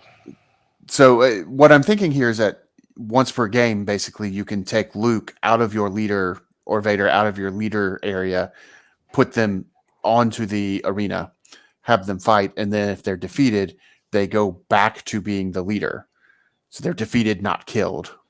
I feel And then like for the once rest they're of the gone, game, they're you just have the gone. action. You think once they're gone, they're gone? No, I Yeah. think it's more like Commander Magic, where when you defeated, you go back to the Commander Zone. That would be super nice. I would love Yeah. that, but I just don't. That's a lot to track. This Well, game and- seems like it's going to be simpler, so they're going to probably go to the graveyard, and that's just it. Because you have to manage your timing to bring out your leader appropriately, not just go, okay, it's turn 6, here's my leader. Okay, cool. In response, I play this event and kill you for 4 resources. Haha. What if when there's you not die? two Lukes. Like he doesn't keep What- coming back. Well, what if when you die, Mhm. you get defeated, you go back out to the leader zone, you gain an experience token, and then you can come back, but now you cost 1 more per experience token. That's the trick. We don't know how experience works because it would Right. be Yeah. indicative of like there's a leveling up mechanic, which is like, do you have cards outside of the deck you can just slap on because you're level 2 or whatever? So I don't know. It's maybe. My old school Legend of the Five Rings player brain is all. Does this is the Experience 2 version of Luke? Yeah. I thought that too. I was like, L5R, huh? So the reason I'm thinking epic actions might be once per game is precisely for the scenario that you laid out, Sugi, is that if I bring out Luke and then my opponent immediately maximum firepower, Kylo Ren points at him and says, "Fire everything we've got at that man." More. Now you're making me hungry for some strange reason.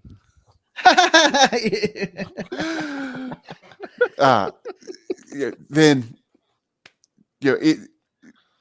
then I've made a tactical error. But if I only need to control 6 or more resources to bring Luke out, then I would just bring him out again right afterwards. So there's Yeah. got to be some limit. So that the question is, how big is that limit? Is that limit once per phase or once per game? And also, what the heck is a phase? Yeah. Because that word I is think used you on can this answer card, that. and we Yeah. don't know.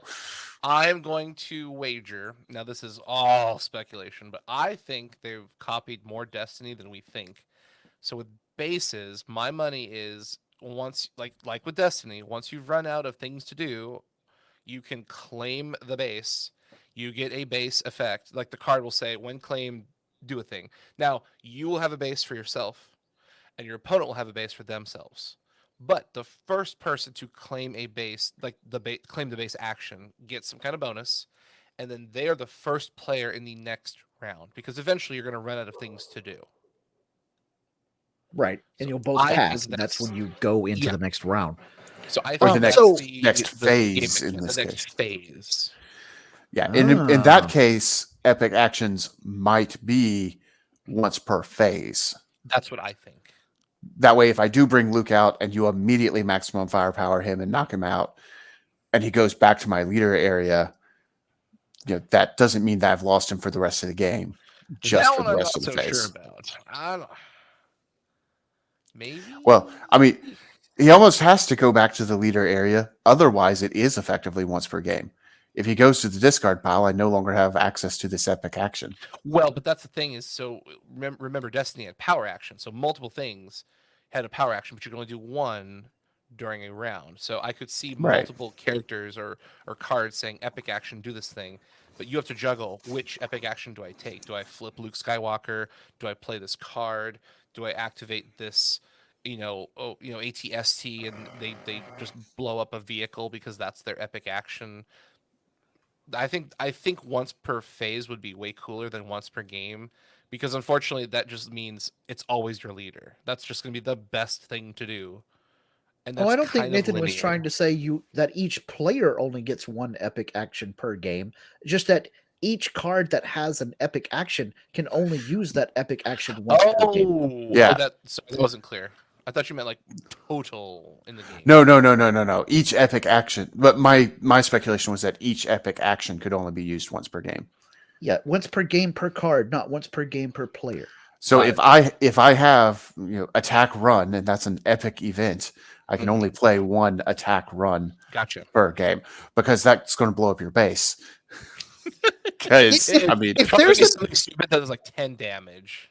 If Yeah, there's an epic event in this game called Attack Run that lets you go blow up the enemy's base, I'm playing this game forever because that's so cool that I That's can just you have emulate. 12 resources to do it. Yeah, that's right. yeah, Yeah, yeah. something Yeah, crazy. it'd be one of those things where it's like you probably have already won the game, so Great we'll just comeback make it mechanic if official. you're not.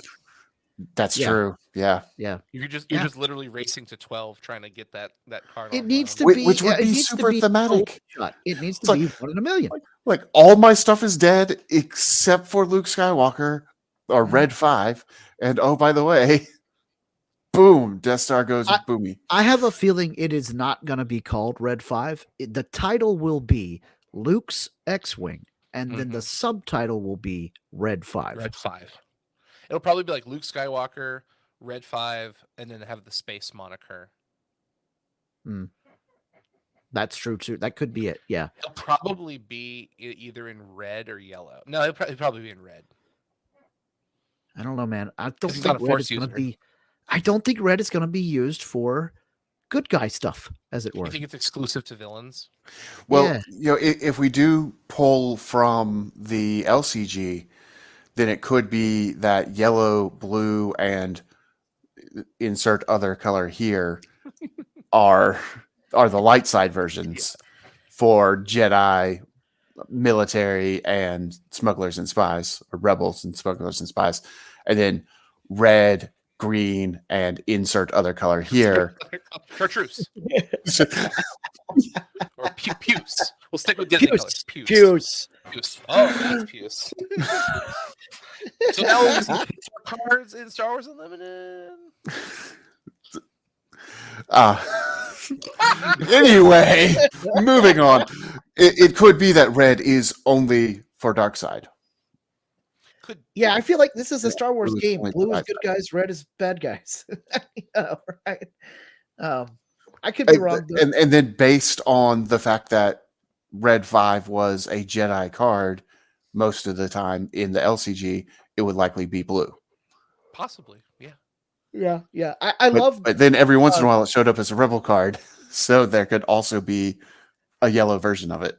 I love that in Unlimited here, these leader versions of Luke and Vader are epically facing off with their sabers ready to cross. Yes. Yeah, Yes. the artwork is good. Yeah. Now, if S does mean super rare, it could be that the normal Luke and normal Vader aren't that way. Exactly. So And they don't do these things. Because I mean, given the shield token to a rebel unit seems really strong.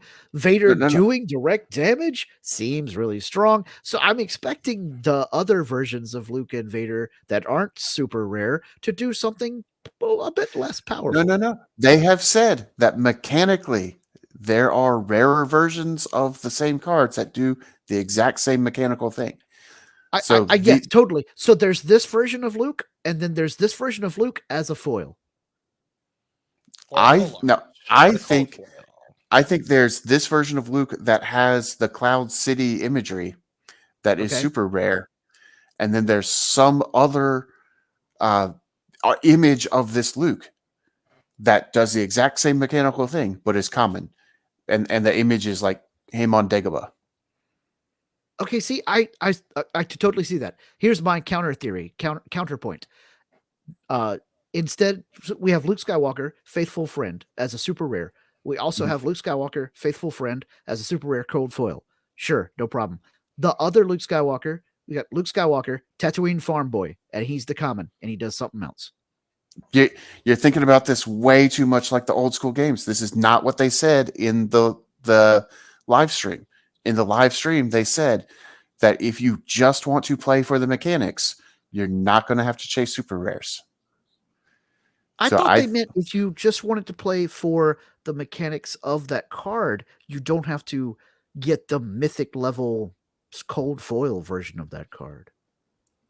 It could maybe you're right. Maybe you're right. There could be a 50-50 between both of your thoughts. We don't know what this card looks like in real life, so this could be like the super version that's got either special foil or framing. There could be special foiling because they don't really show the foiling in the picture. So there could be a common, uncommon, or rare version that's just kind of uglier, but mechanically identical. And then this version has, like, if you're looking at the outside of Luke, there's some little lines that make it look like it's moving, and there's little sparkles, and it Uh-huh. could be a rainbow rare, and that's why it's super rare, because it's more Here's foiled out. Yeah, totally. Here's the reason that I think the other Luke, let's just say common Luke Skywalker, Yeah. is going to have a different subtitle and do different things. If he's common and he's Luke Skywalker but different subtitle, he's going to have a different card number. Yeah. If there's this super rare Luke, I He think would- there's going to be multiple versions of this Luke with this subtitle with different rarities and the same number. Disagree. Ah, Absolutely ooh, disagree. no, oh, I No. I No, I red see flag, I see your no. logic, but I really hope you're wrong, because that that- makes categorizing the collecting of your set brain-burningly bad. Yeah, That was the understanding I got from their live stream. that means there's gonna I- be upwards of Maybe I totally- misheard them, cards but if there's 252 individual cards and then there's multiple rarities with the same number, that's us like five immediately. If you double it, 500 card set. If you triple it, 700 card set. No way. for collectors. Now, mechanically, it's no. only 252 cards. No, they're not doing a 700 card set. They're not even doing a 500 card set. I absolutely understand your logic here, Nathan, and I don't know that I can prove you're wrong, but I will continue to say I hope that you I'm- are wrong. Fairly certain I can prove I'm right. I'm pretty sure if we go back and check the live stream, this is exactly what they said. I totally understand that is what that guy said. And I think that dude is a game designer and not a writer. And so he probably spoke very poorly when he was describing their process. Unfortunately, Um, game designers are not really strong in marketing explanations or Yeah. printing explanations. Because like I said, if it works the way that you're thinking, and there's a super rare version of card 45, or I can't actually, what is this He's card 5 number? out of 252. He is Yes, 5. there's a super rare 5, there's a common 5, there's an uncommon 5, and there's a rare 5. Oh my god, how would you Ouch. collect that? No, Ouch. I don't think that there's necessarily multiple rarities of most cards. Why not? You just said that there would be multiple versions No. of each card. Of because they're not saying Luke the- Skywalker. Yeah, but if they're saying Oh, about one, okay. then why would they select? Maybe Why would they that's select exact- Luke Skywalker over maximum firepower? Because Luke No, no, no. Skywalker is a much bigger name. Right, but that's the thing is if they do it for characters, then they'd have to have multiple Leias of the same number, multiple Tarkins of the same number. Like I it just doesn't demand my logically cold make foiled sense. Jawa. I demand my cold foiled Jawa.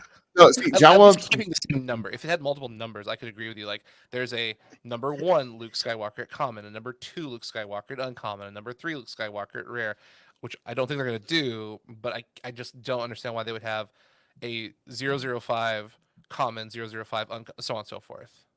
How would you even explain that to a collector? I have a 005 Luke Skywalker.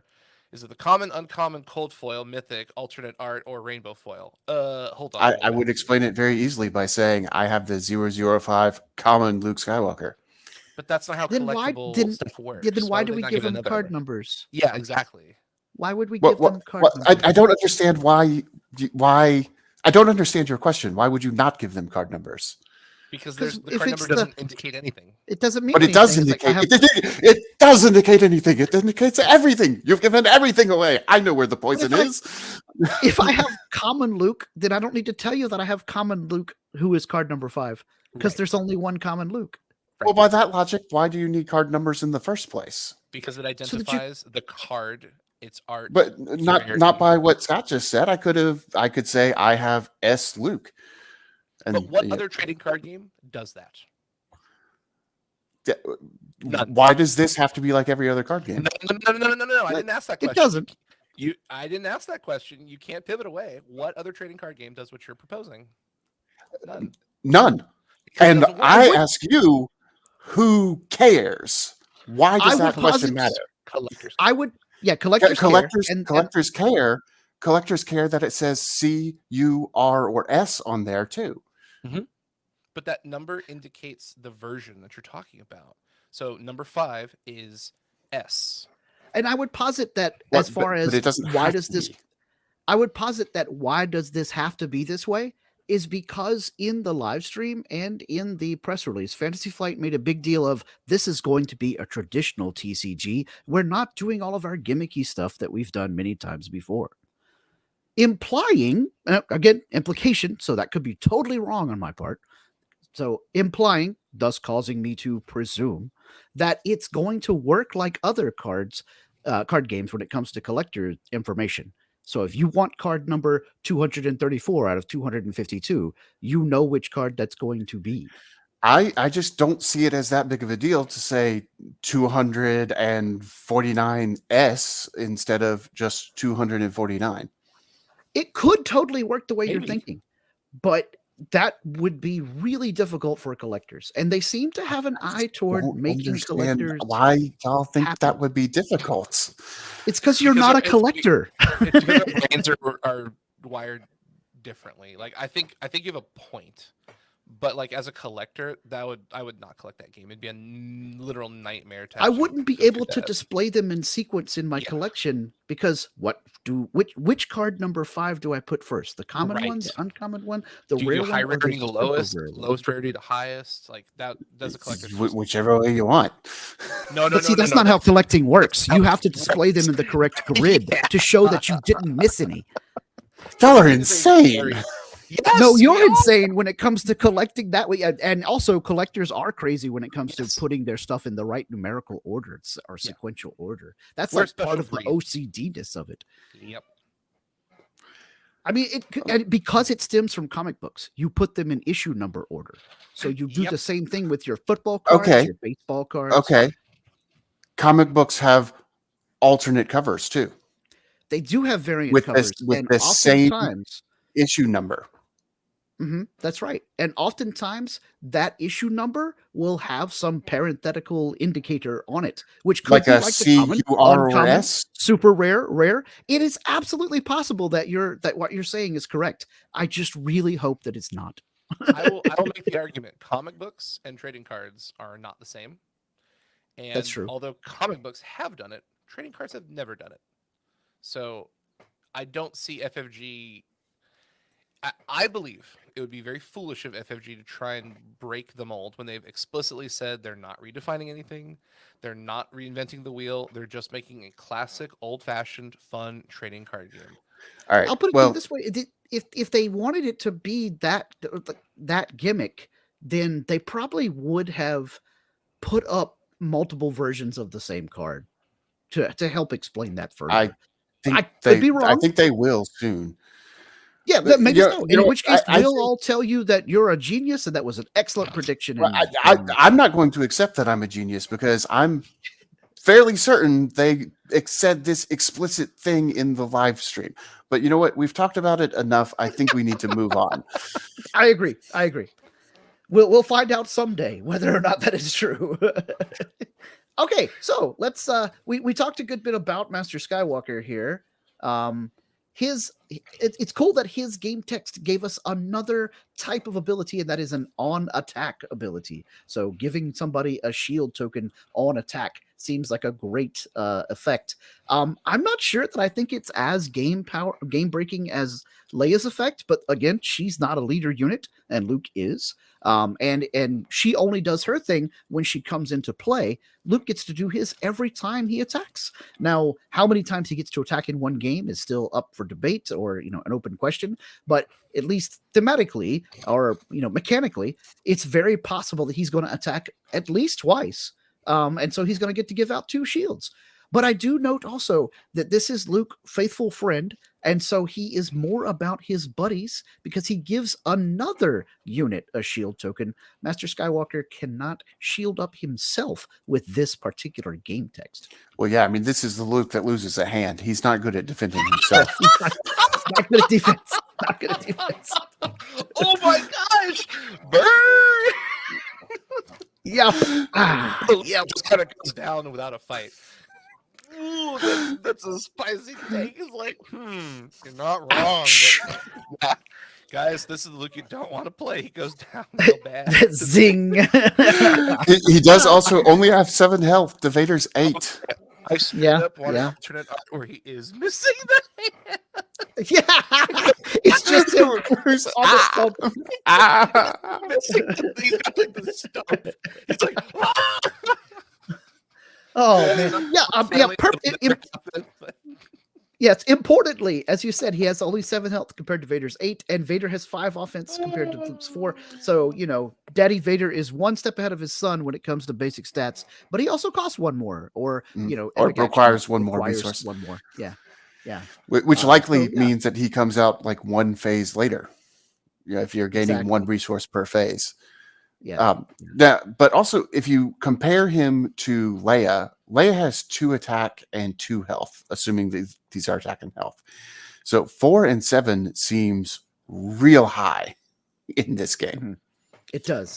That also means that the shield token, if it does prevent 1 damage, might be really powerful if you're typically talking about doing 1 to 2 damage at a time. Not as powerful as when Vader shows up and hits you for 5. I'm wondering if the shield token is, instead of preventing damage, which would make perfect sense, and I'm leaning more toward that being the effect. But I wonder if it's going to work like Magic the Gathering's hex token, or hexproof, where you can't be targeted by enemy effects while you have a shield. So Vader couldn't deal damage to you. Leia can't exhaust you because you're shielded. While your shields are up, maximum firepower cannot hit you. They need to take out the shield generator first. I love it. That would be so cool. I don't think it's going to happen because the whole untargetable thing, hexproof thing, might be a little too complicated for what they're wanting to do with this game. Probably. But it'd be fun. It'd be fun. Also, maximum firepower was attacking the shield generator, so yeah, even the picture is 2 AT-ATs on Hoth doing their thing. I'm pretty sure they're on Hoth in that picture. Anyway, so yeah, Luke's pretty great. He's my favorite Star Wars character ever. So super rare starter. I don't care. I'm seeking out this card. I'm gonna find it. I'm gonna build around it, and my head's gonna explode when Nathan tells me I have to collect common card number 5, uncommon card number 5. Rare card number 5. You don't have to. That's true. I don't have to. But plus the common and uncommon versions, you'll have like 20 of them. Yeah. Anyway, I don't have to, but you know me, I will. You're gonna be hunting down all the versions of Chewie. I'm gonna be hunting down all the versions of Luke. That's just how these games go. Now, I do think you're right that there is going to be a different version of Luke that is Farm Boy Luke, but I think he's going to be a regular unit, not a leader. Not a leader unit. Okay, I'm with you. I see you. I see it. Because I also think there's going to be a Leia, who's card number 4, who is a leader unit. Who is a leader. Yeah. I think cards 1 through 5 are light side leaders, and actually 1 through something more than 5, because Darth Vader is pretty early in the alphabet. Well, it's probably Luke, Leia, Han, Lando. Who else would be a leader? Either Mon or not who is Jan Dodonna or Riken or dad? No. Bail Organa. Bail. I say Wedge Antilles. Admiral Akbar.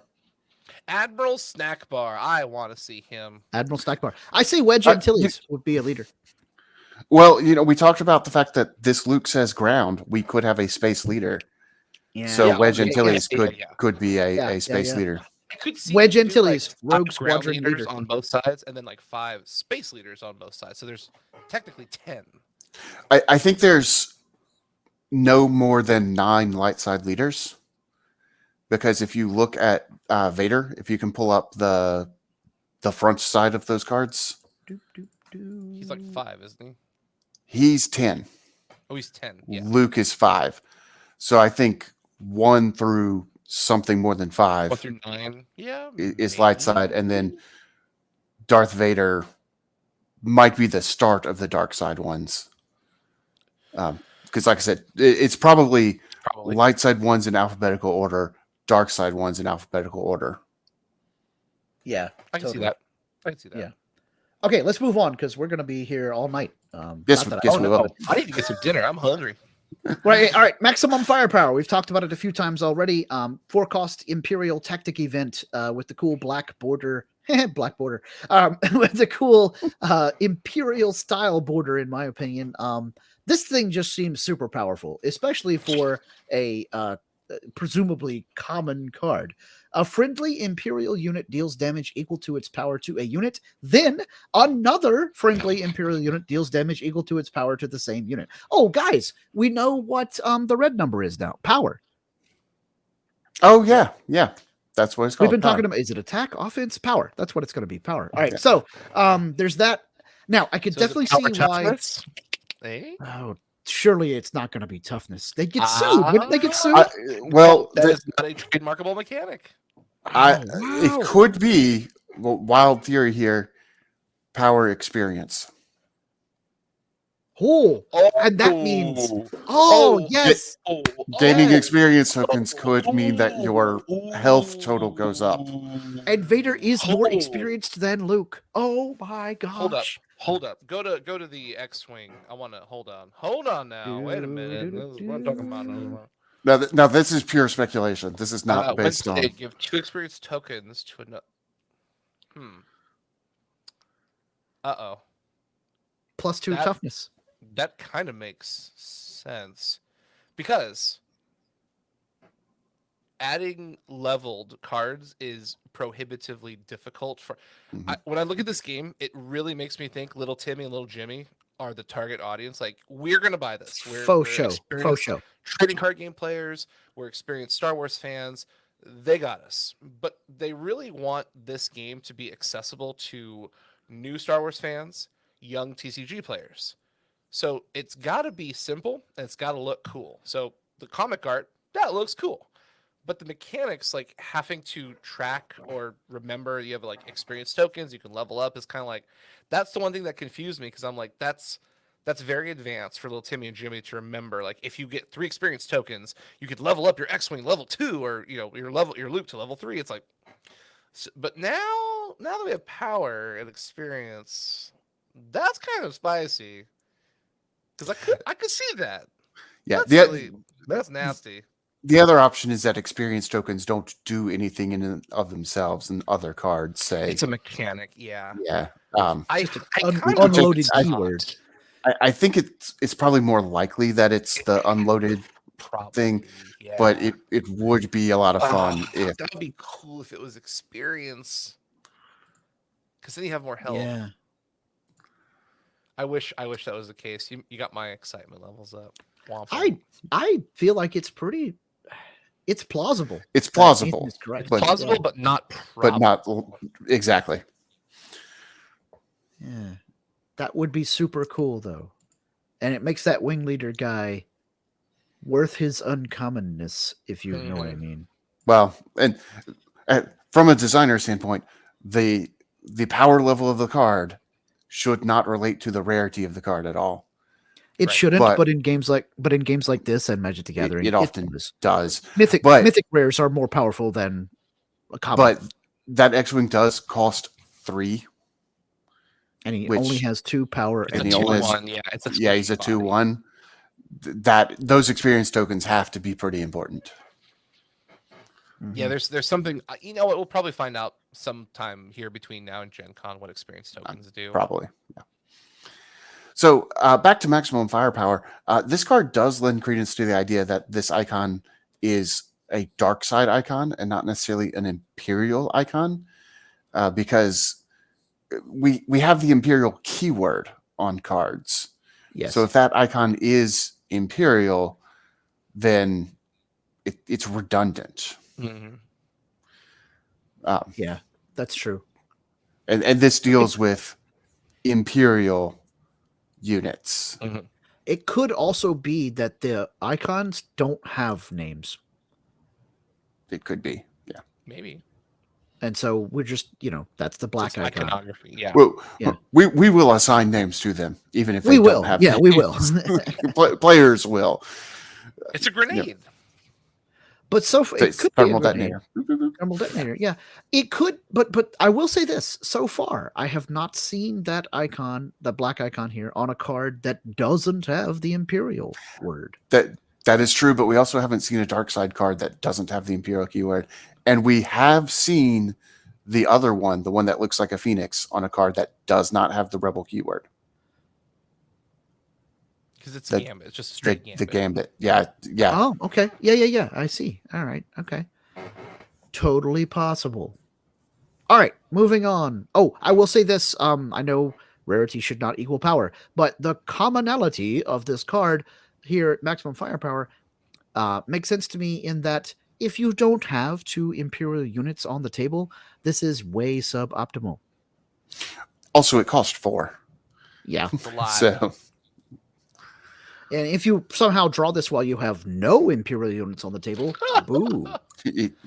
you're playing your deck wrong, probably. Did you know that water sucks? It really, really sucks.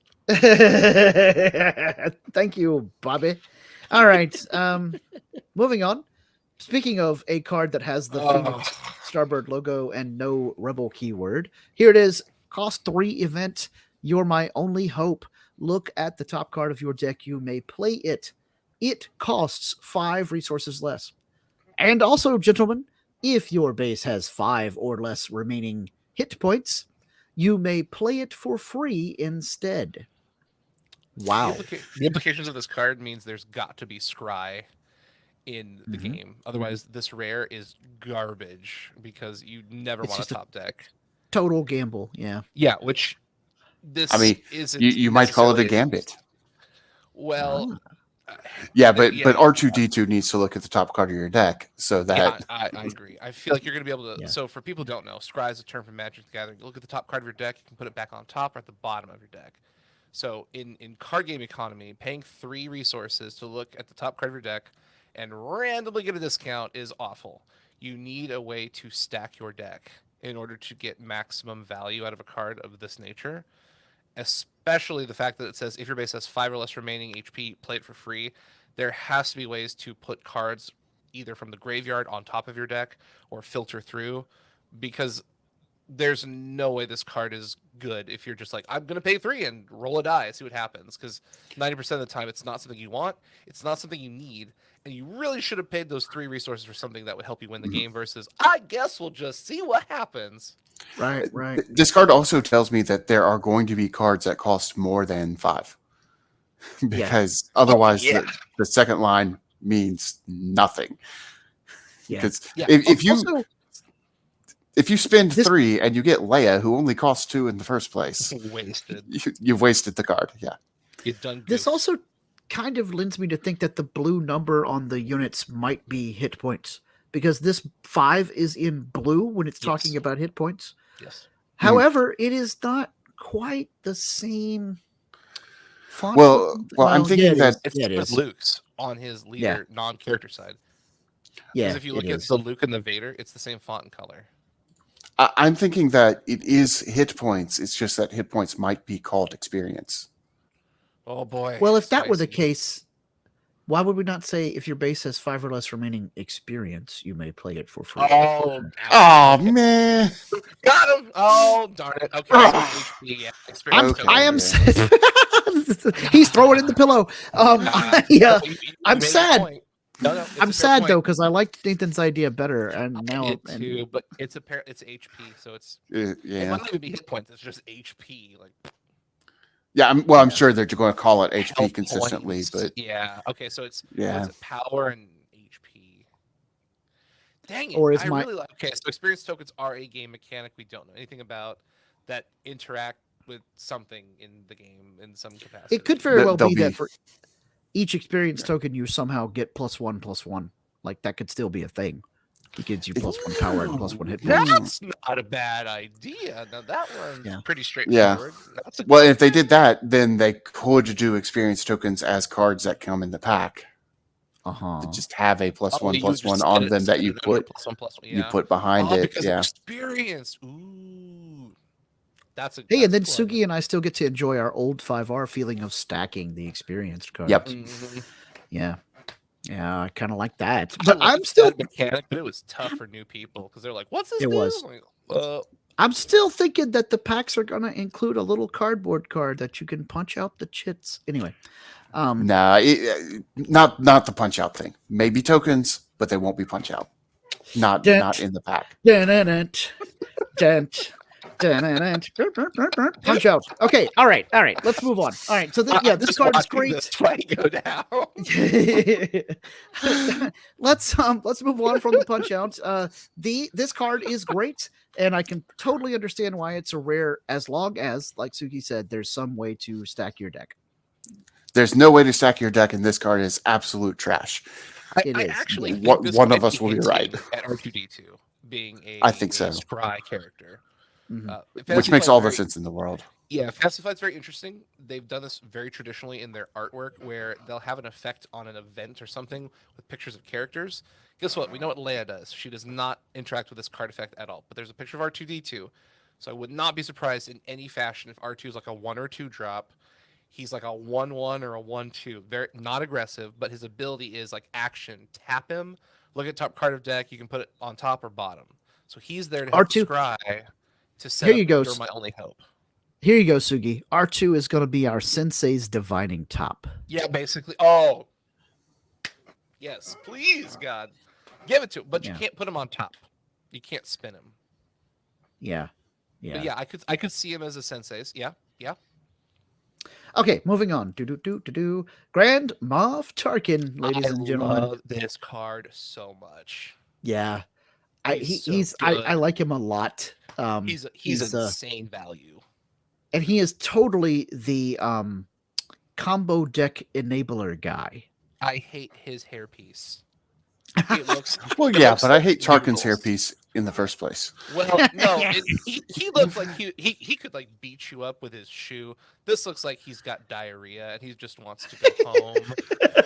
You know the old story. He wasn't even wearing shoes. He was wearing slippers throughout the filming of the New Hope. No, I know. But his effect is just so. Because, anyways, go ahead, Scott. Like so good. Yeah, so he costs 4. He's got the green icon and the black icon. He's got 2 power, 3 hit points. He's got the Imperial keyword, the official keyword, just like Leia had an official keyword. Good times. And he's got a when played effect. He is a ground unit. When played, search the top 5 cards of your deck for up to 2 Imperial cards, reveal them, and draw them. Interesting that we have two-step process there. Then, and this is the most important part, put the other cards on the bottom of your deck in a random order. So you can't even stack the bottom of your deck with Tarkin. It has to be random. So you're gonna reveal 2, and then at least put 3 at random on the bottom. If you totally whiff somehow and don't get any Imperial cards in the top 5, all 5 of them are going to the bottom, etc. Yeah, but this is another case of if you don't get any Imperial cards, you've built your deck poorly. Yeah, you done good. Probably. Yeah. Here's the thing: that event has the Imperial keyword. Yes, it does. So it's Grand not Moff Tarkin can get maximum firepower. It's not units only. It's just cards that have the Imperial keyword. So Yep. It could be events, it could be characters. I'm sure there's more things we don't know about. So he's kind of a 2-for-1 searcher, which is kind of nuts. Yep, that's what I'm saying. He nets you. He +1. Like he's a +1 on play. So he replenishes himself, and he gives you a second card. Yeah, but he does cost 4 though. He's twice as costly as Leia. You draw 2 cards. You get a body. Yeah. And you get to dig 5 cards, and you get to pick 2 of those, up to 2 of those. If you don't like any of them, you dump them. If you like some of them, you take 0, 1, or 2 options. This has to be a super rare. This card is well, it's got an S. Well, I'm telling you, that's what it's still making me think. And I'm like, oh, wow, this is so good. But one of the things that's giving me solace about I want all of these super rares is that I keep having to remind myself I can build to only one deck in this game. I don't have to play dark side and light side in this game. Yeah. I can just build toward Luke if I want to do that. All my trading and my card purchasing and whatnot are focused on Luke Skywalker, faithful friend. And then if I pull a Grand Moff Tarkin, Death Star Overseer, I can trade him to Nathan or Sugi for something to go in my Luke deck. I'll trade you for him. And I'll be okay. Yeah. And I'm taking solace in the fact that I still think that there's going to be non-super rare version of Grand Moff Tarkin that is the same card. I mean, plausible, but also if Sugi is like really jonesing for the super rare Grand Moff Tarkin, I can still get a good trade deal out of it. Yeah, go for it. Yeah, Possible. This card's nuts. Abs. Yeah. Like in terms of Magic, it's nuts. We don't know what the card economy or the value of a card is yet. It's too early to tell. But if you slot this card into a Magic deck, it'd be like, this is like a $30 card practically. It's just obscenely good. Yeah. So the question becomes, how do you draw new cards in this game? Is it one per turn like Magic? Yes. Do you refill your hand at the end of each phase? How do we know? Yeah, what's if it's you refill your hand, then he's way worse. Like noticeably bad. Worse. Or is it I can take an action to draw a card? Yeah. But there'd have to be some sort of limit on that, or the phase thing won't make sense. No, there's no way. It'd have to be like a Destiny end of turn. You draw it back up to whatever, or you just draw it once. Like start of the turn, draw a card. But my original thought was that you'd be able to draw a card as an action, but that was before we realized the whole phase thing existed as a mechanic. I thought there was no end of phase. And then it made sense that, well, if I don't have anything else to do, I draw a card. There's probably like untap phase, or draw phase, main phase, where you take actions back and forth, and then an end phase where if a card says during this phase do a thing, and then you re-rack, go to the next round, yada yada. Yeah, we got to have some kind of ready phase. Otherwise, everything is once per game. Yeah, that'd be yeah. The fact that you exhaust things and ready things means there has to be some reset point. World's worst trading card game. Don't do that, FFG. All right, one card, moving. tap it, game over. Game over. Yeah, he's done for the rest of the turn. Wow, I play Leia. Exhaust your dude. He's never doing anything. Sorry, Vader. No. Speaking of Daddy. Darth Vader, Uh-oh. here we go with Big Daddy Vader, who I think has an effect on the backside and the front side that make him worthy of super rareness or mythic level rare in Magic, to put it that way. He's got 5 power, 8 hit points. On the backside, he gets to do direct damage. On the front side, he gets to do direct damage to a unit when he attacks. It's important to note that backside Vader gets to do damage to a base with his action. Yeah, he does. Whereas frontside Vader, or maybe this is back character. This is the back because it does not have the collector's info on it. Boom, there you go. Backside Vader only gets to do the 2 damage to a unit when he does his on attack effect. Oh, guys, if Vader's on attack, no, sorry, I'm going to say this in a second. Nathan, you were like getting ready to make a point. Yeah, I think units will be able to attack bases. So Vader could attack the base and also do damage to a unit. And that's his special thing. I think it's Magic the Gathering style. You declare an attack at a base, and someone can defend. Right. Yeah. I don't think directly attack because Darth Vader would. Bases are probably like 20 health, which means Vader can just swing and eat 25% of your base. Yeah. Well, yeah, I agree that your opponent could be able to block, but this Vader might be able to take out the blocker before they can do anything because they have 2 health. Yeah. Because I do the attack and do 2 damage to your 2 health Leia. She did. Guys, if I agree with everything you just said, Vader should be able to easily take out Leia because I'm grabbing her and throwing her into cell block 2187. If Vader on attack does 2 damage to a unit, Luke on attack gives another unit a shield. What if that means that shields prevent 2 damage? Because I think it's more likely they do 1 because Vader's always 1 step ahead. Okay, all right. So yeah, I can see that. I was just thinking that would make them exact opposites of each other on attack. You know what I'm saying? But they're not. Cheaper. They're not. Vader's stronger. Mm-hmm. Okay. Yeah, Vader takes 1 more resource, has 1 more power, has 1 more health. He's just 1 thing ahead on everything. Yeah. So he pops out 1 more damage than Luke can prevent. I will also note he can indeed deal damage to himself if he wants to, because it says it does not say enemy units. Kylo Ren remains impressed. Punch. You know, that actually. But I would submit to you that there are probably characters that get better when damaged, and Vader is a good combo piece because you can either poke your opponent or give yourself some damage, and then, oh, hey, when this character is damaged, draw a card, or when this character is damaged, your opponent discards a card, whatever. So you could use this ability to be offensive or defensive in whatever capacity you want it to be. I want an Admiral Ozzel who does something when he's killed. Yes. Apology accepted, Captain Nida. Yeah, that would be cool. That would be cool. I really Yeah. want them to have an artwork of a guy like choking to death. He's like slightly purplish. Again, not very family friendly, like the Luke stump. Maybe they'll have like alternate art, like adult edition, where it would be hilarious. I want alternate art, Robot Chicken edition, where they're going, oh yes, we all pretend he can choke us to death, so that we don't. it doesn't actually Is that, kill. is that Adult Swim?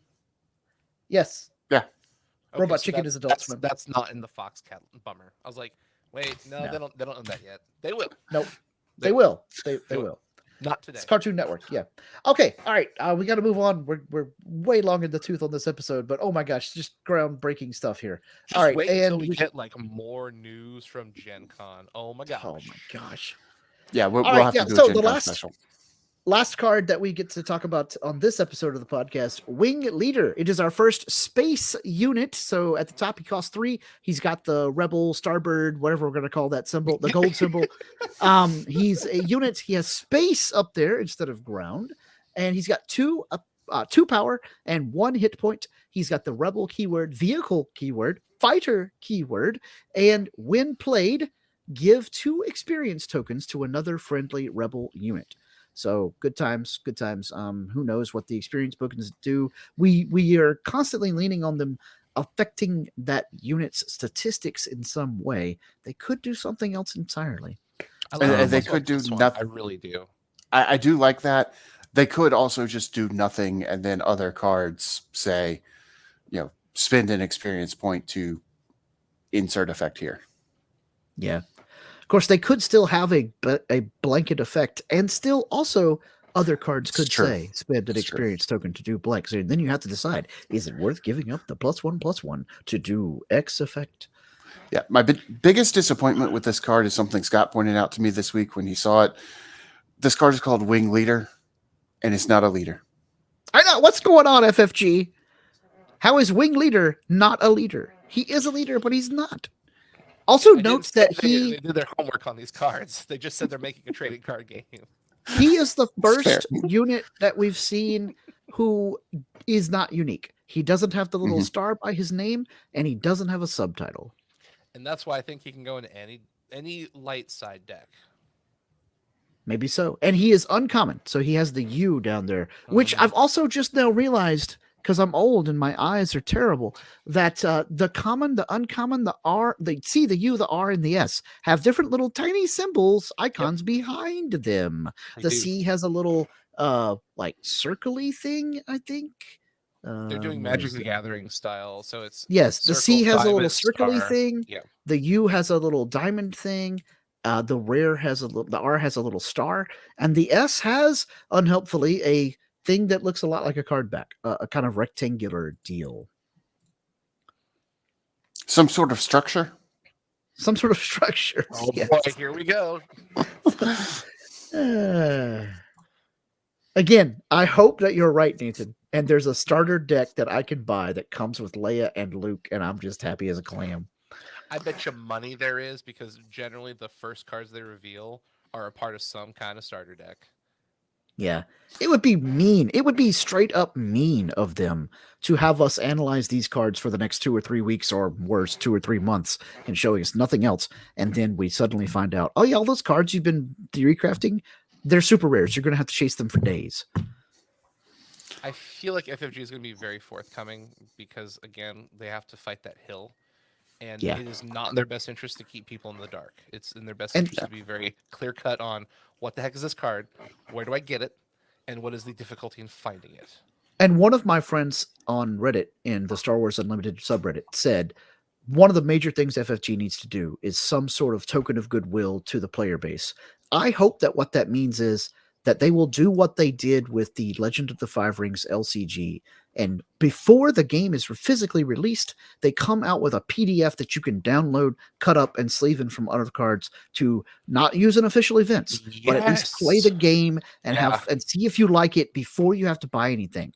I Or remember better, that. That was great. even better than that, if they just give away free demo decks at Gen Con this year, and then say, set it to where if you really want to, you can email them and they'll mail you one. The PDF thing would be a lot simpler than that, but Yeah. they need to do something on that level. I'm talking Sugi, I'm talking Imperial Gift, right? Got to do something on that level to get some goodwill and to help people decide, do I really even want to play this game? Because do I like the way it functions? No, you're right.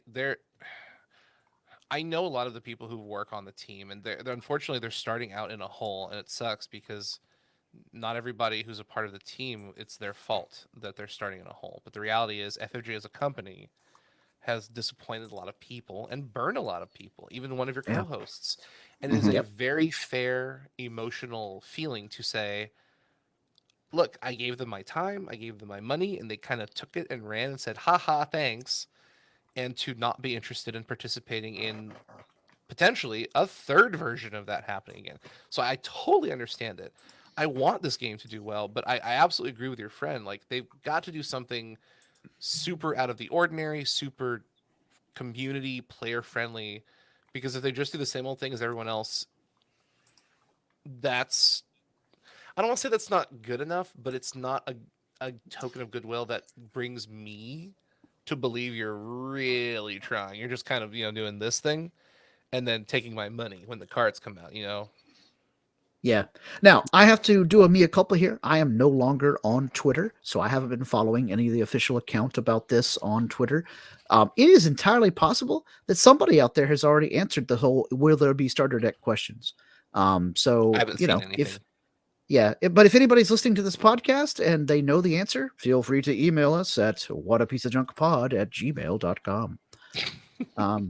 Okay, so that's it for the card analysis. We're going to take a quick break and then come back and spend like 5 seconds talking about, the end of the Galactic Starcruiser at Galaxy's Edge in Orlando. So hang tight, everybody. We'll be right back. Thank you for listening. We hope you're enjoying this podcast. Here are the other great shows on the Fandom Podcast Network. Culture Clash, where we discuss the latest in entertainment and pop culture. Blooded Kings, our show covering the entire Highlander universe. Couch Potato Theater, we celebrate our favorite movies. And Time Warp, our Fandom flashback show discussing a year in movies and our favorite retro movie, TV, and pop culture topics. Good Evening, discussing all things Alfred Hitchcock. Hair Metal Podcast, we cover the rock metal music of the 80s and early 90s. Type 40, a Doctor Who podcast, discussing the time-traveling Doctor Who universe. Lethal Mullet, an action film podcast covering the 80s, 90s, and beyond. Also, check out the Lethal Mullet Network for more great podcasts. What a Piece of Junk, our Star Wars podcast. Making Treks, a Star Trek podcast, with a deep dive into the final frontier. The Fandom Show, our Fandom Podcast Network live YouTube show discussing the hottest topics in fandom. The True Believers MCU podcast, discussing the Marvel Cinematic and Television Universe. Union Federation, our Star Trek and the Orville show. And we're proud to welcome the BQN Network to the Fandom Podcast Network. Please visit our friends on the BQN Network, a Star Trek Universe podcast that also includes your favorite topics, movies, history, superheroes, and more. You can find the Fandom Podcast Network on YouTube. The Fandom Podcast Network is also on all major podcast platforms. The Fandom Podcast Network audio master feed is on Podbean at fpnet.podbean.com. You can find the Fandom Podcast Network on Facebook, Twitter, and Instagram. You can email us at fandompodcastnetwork@gmail.com. Thank you so much for listening, and remember, respect others and enjoy your fandom.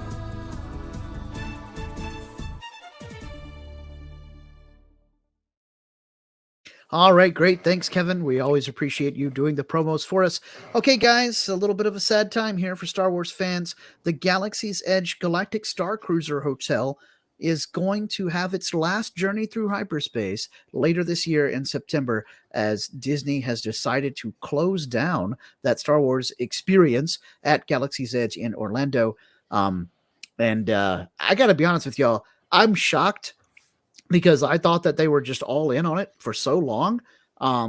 But at the same time, this is one of those cutback things that we were talking about that I totally understand Disney is doing right now, because that hotel was redonkulously expensive. Suki, did you get to go? Because Nathan and I haven't been. So I actually stopped working for the company right after they built it. But even with a cast discount, it was many thousands of dollars. Like, it was not even approachable for the average cast member still. Wow, that's amazing to think that even with a discount, it was going to be prohibitively expensive. I think that is pretty much the definitive reason why it hasn't been as popular and making as much money as they want it to justify its continued cost, obviously. Now, definitively, the pandemic was very bad for the Galaxy's Edge Hotel because it happened almost like a couple of, I think maybe 3 months after the hotel opened. So, that whole year and a half, 2 years almost, completely tanked the revenue for such an exorbitantly expensive experience.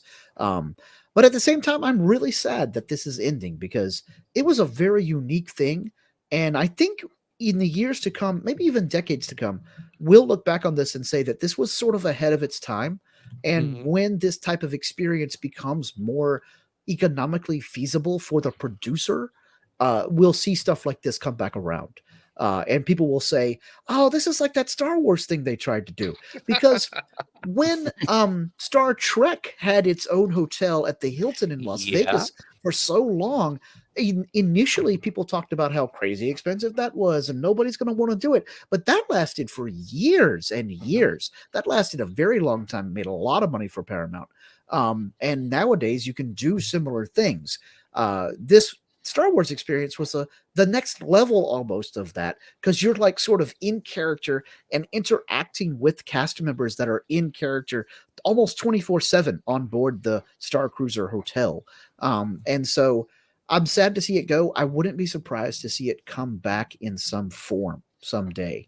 Suki, what do you think? You used to work for Disney. What are your thoughts? It's unfortunate.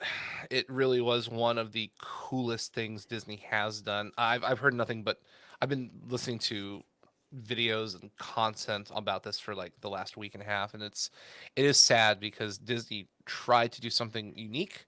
They tried to do something different. They tried to do something out of the mold, and it didn't work like they wanted, and now they're pulling back. And unfortunately, traditionally with Disney, if something exploratory of this nature fails, they tend to kind of huddle back in that safety bubble and they just don't go out and try new stuff. And it really sucks because Disney has the capacity and the people to do some of the most amazing things in the world. And unfortunately, when something of this caliber fizzles, it's unlikely we'll see anything anytime soon, because they're always going to, the corporate side, the business side will go, remember that hotel that failed? Don't do this project because that's going to fail too. And it's like, well, we don't know that, but unfortunately they have a point on the map they can point to and go, that failed, so this will fail. And that's just how Disney works. They're going to constantly cut themselves off on the creative aspect because one thing didn't make the cut. And I don't like that, because that means for us as the consumer, we're probably not going to see anything as cool for quite a while. Plus, and oh, go ahead. A perfect example of what you just said about we're going to cut that off is after Solo, a Star Wars story did quote unquote poorly by Star Wars standards. We got no more Star Wars stories. No. Yeah. So Disney, I do understand as a business, you want to be wise, you want to play safe, but at the same point, in my heart, classic Disney, like Disneyland was a huge like gamble. Yep. Disney put everything he had into that, and if it fizzled, he was going to be on the streets. Conveniently, it didn't, but like the heart and soul of classic Disney was very much gambling. They didn't know, they put all their eggs in a basket. They worked as hard as they could. They did the highest production value they could, and most of the things they did were hyper successful. And now we've kind of come to this like very stale, very safe Disney where it's like, well, Yeah. I think And I don't about like being that. when I was a child in the 1980s, I think about Epcot Center and how Epcot Center was just this total moonshot of a thing. And Mhm. unbelievably, it succeeded. Now, they've had to change it and do a lot of modifications over the years to keep it going. But the fact that it exists in any way is a testament to Uncle Walt's legacy of creativity. Nathan, what are your thoughts about the Star Cruiser going into dry dock? Yeah, obviously I'm disappointed. I would have loved to have been able to go. I couldn't afford it, and that is a huge reason why it's going out. I'm disappointed in part for the line itself, but also because I was hoping this would start a trend where we'd get more things like this. The idea could easily be applied to something like Harry Potter, where you stay at Hogwarts and some storyline happens while you're there. Yes. Could easily be applied to Marvel. You show up, you're in Avengers Tower, Mhm. and Iron Man will walk by every once in a while. Could easily be applied to a whole host of other ideas. And now I think that's just not going to happen because, as Sugi said, we can point to this didn't work. And even if the reason it didn't work has a lot to do with a pandemic that's only going to come around once every 100 years at most, people are still going to look at that and say, but it didn't work. Yeah. And I can still see somebody bringing this idea back around. Actually, and I don't think it's going to take as long as we think. It won't be from Disney. You know who I think is going to actually save this whole idea? It's going to be Paramount. And they're going to do one of these things with Dungeons and Dragons because making a LARP is going to be so much cheaper. It's going to be cheaper than doing a Star Wars one. And that's what they're going to do. And then maybe after that succeeds, I don't know what theme park or whatever that Paramount has a buddy with, but doing a D&D experience at a hotel experience anyway, doing a D&D experience at a hotel is almost a no-brainer. And you already kind of have this in Orlando with Medieval Times, but I digress. Isn't Carowinds associated with Paramount? Not any longer. That ended a while ago. I also haven't been idea. there in this millennium. Yeah, but you're right. Wait, back in the day, Paramount absolutely was the owner of Carowinds because there was a whole Star Trek section of the park. People were in costume, and there was a Star Trek roller coaster. Yeah, I remember that. That was cool. Yeah, it was cool. Anyway, and I agree with you. It's a total tragedy that it has ended. It could have easily have been adapted. Do you guys think, Suki? I'll ask you first. Do you think that limiting it to the sequel era impacted the viability of the hotel? Ooh, that's a great question. No, because I think the people that were coming in are not us. They are not the hardcore Star Wars fans. They're people who are experienced junkies. Okay. If you look at most of the people who review the experience overall, they're much younger. And they're much more, they're much wealthier. They're much more about like, I just wanted to do something different and I wanted to experience something incredible. And they never really talk about they're not like, oh, I love Star Wars. Here's my favorite character. They're much more about the overarching thing that they're about to go on. And so I don't actually think that the Star Wars Hotel was necessarily targeted at us. Again, they know we're going to probably want to go, but they're trying to pull in younger people, newer people, the wealthy who probably don't care about Star Wars. But if you say, hey, it's this all-encompassing experience where you're going on a starship and you're meeting these characters, that sounds cool. That sounds really cool. It does sound cool. Yeah, totally. All right. Well, yeah, it's sad to see it go. I was kind of shocked, but when you look at the financial stability of it, it kind of makes sense. Yeah.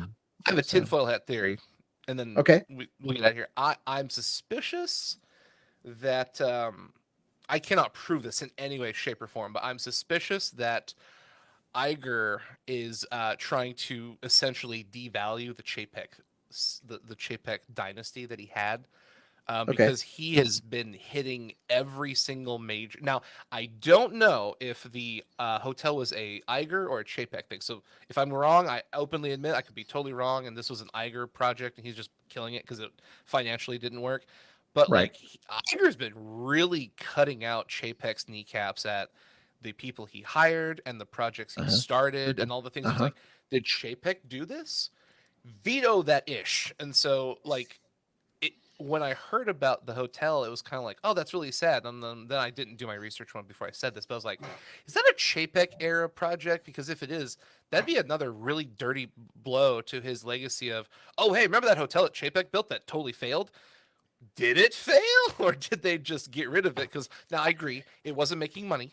But what's really awkward is they just started to put out discounts. Literally, I believe a month ago, they started discounting the experience, and they were starting to fill up slots. And then all of a sudden, nope, it's gone, it's dead, kill it, get rid of it. And it's like, why would you, what? That doesn't make any sense. Why would you start discounting to pull people in and then nix it? And then, of course, they started telling people if you booked an event with a discount after the closure, now you can rebook at 50% off.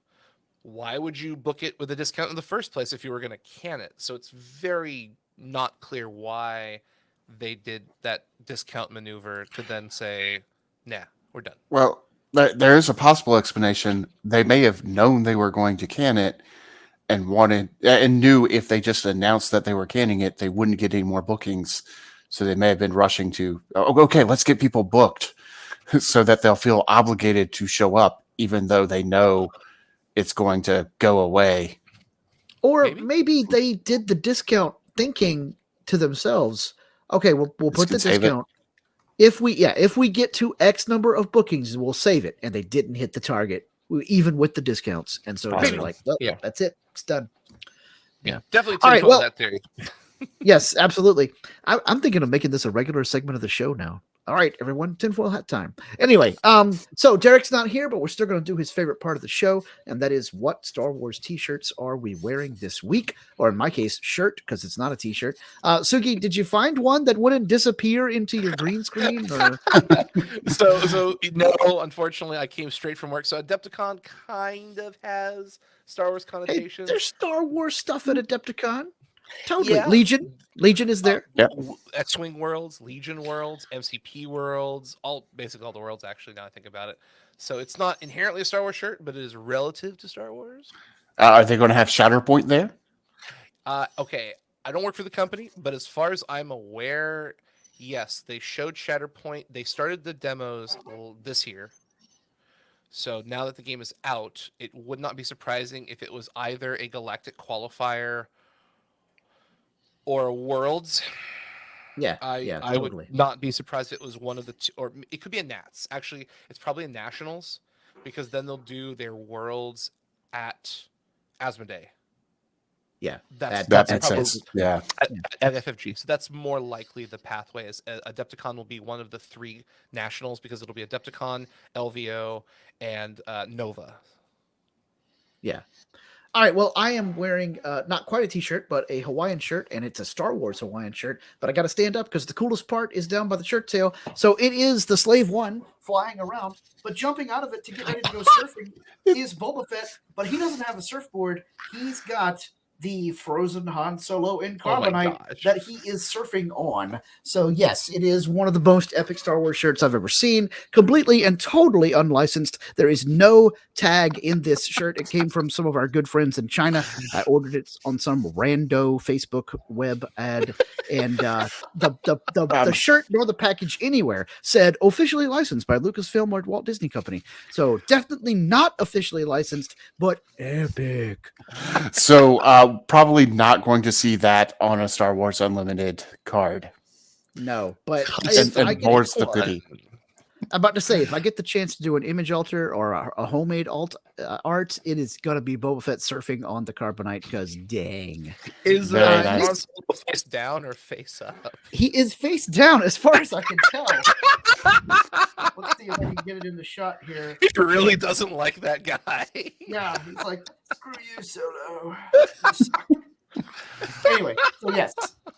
Which is great because then that means that Han's hands, he's got his hands like this. That is Fett's maneuvering fin on the bottom of his surfboard. Makes perfect sense. That's how we surf on Mandalore, baby. He's upside All right. Yeah. backwards. Oh gosh. Okay, Well- and Nathan, looks like you've got Grogu, but he's like 8-bit Grogu. He is 8-bit Grogu. It is 8-bit NES game cover art style Grogu. This That is officially is great. licensed. This Yes. came from her universe. Yes. So Oh, it's actually X-Team. Yes. Yes, It's Ashley Eckstein. officially official. yeah, She's as cool. I like official as you can get, Yeah. Yeah. unlike certain Han Solo surfing Boba Fett's. Unlike certain Wish.com Hawaiian shirts that Scott has ordered. Anyway. Oh, now All right. where to go? Oh. But I do love this because I grew up on the NES. Super Mario Brothers was my first video game where I almost ran into a Goomba. The person who was beside me yelled "jump." I accidentally hit a button and jumped over the Goomba and thought, "This is awesome." Love And video you're games right. ever since then. And you were right. It is awesome. I played the mess out of NES demo machines back in the day because my parents were like, this is the most expensive toy you've ever asked for. You can't have that. It took me 3 years of begging to get my NES, but I finally got one. I had booster to box save up costs so Christmas much. and birthday money to half the cost of the E NES. Wow. Wow. Yeah. Well, if you guys out there have money to spend on some cool geeky merchandise and you want your very own Star Wars related shirt for What a Piece of Junk or any other podcast here on the Fandom Podcast Network, please check out our store over at tpublic.com where you can get t-shirts, mouse pads, pillows, coffee mugs, all kinds of merch to help support the shows here on the FPN.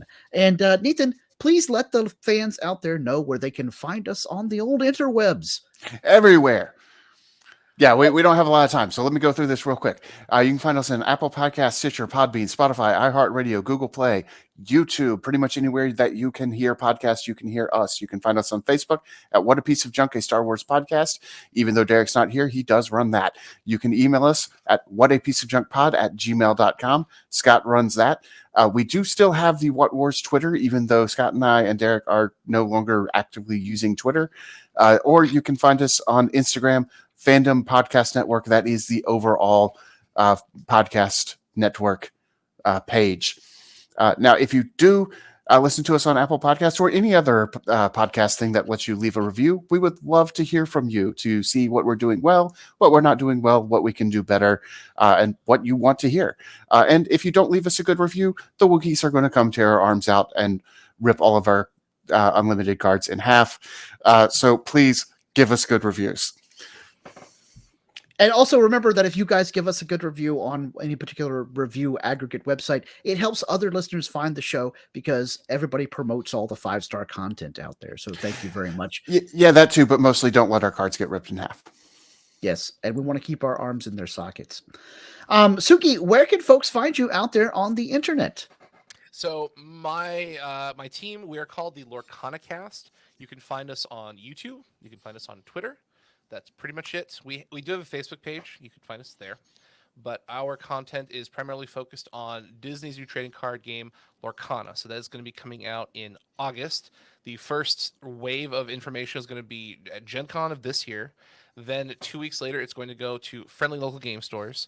And then 2 weeks after that, it's going to go to big box stores, aka Walmart and Target. So if you're a big fan of classic traditional movies like Cinderella, Beauty and the Beast, Robin Hood. Like Robin Hood's in there, 101 Dalmatians, and then some Nice. cool ones that are like Lilo and Stitch, Emperor's New Groove, yes, thank God, Moana. It's a wide range of Disney's very classic characters. No Pixar, no Star Wars, no Marvel. But the idea behind Lorcana is it's supposed to be a super friendly trading card game to people who are new to trading card games. However, if you're an experienced player like some of us here, there are a lot of very intricate and very complex mechanics. So it can be whatever level of game you want it to be. If you just want to play with friends and family and have fun, it's great. If you want to really get into the groove and see what these cards do and how they interact, you can do that as well. So it's a really fun system.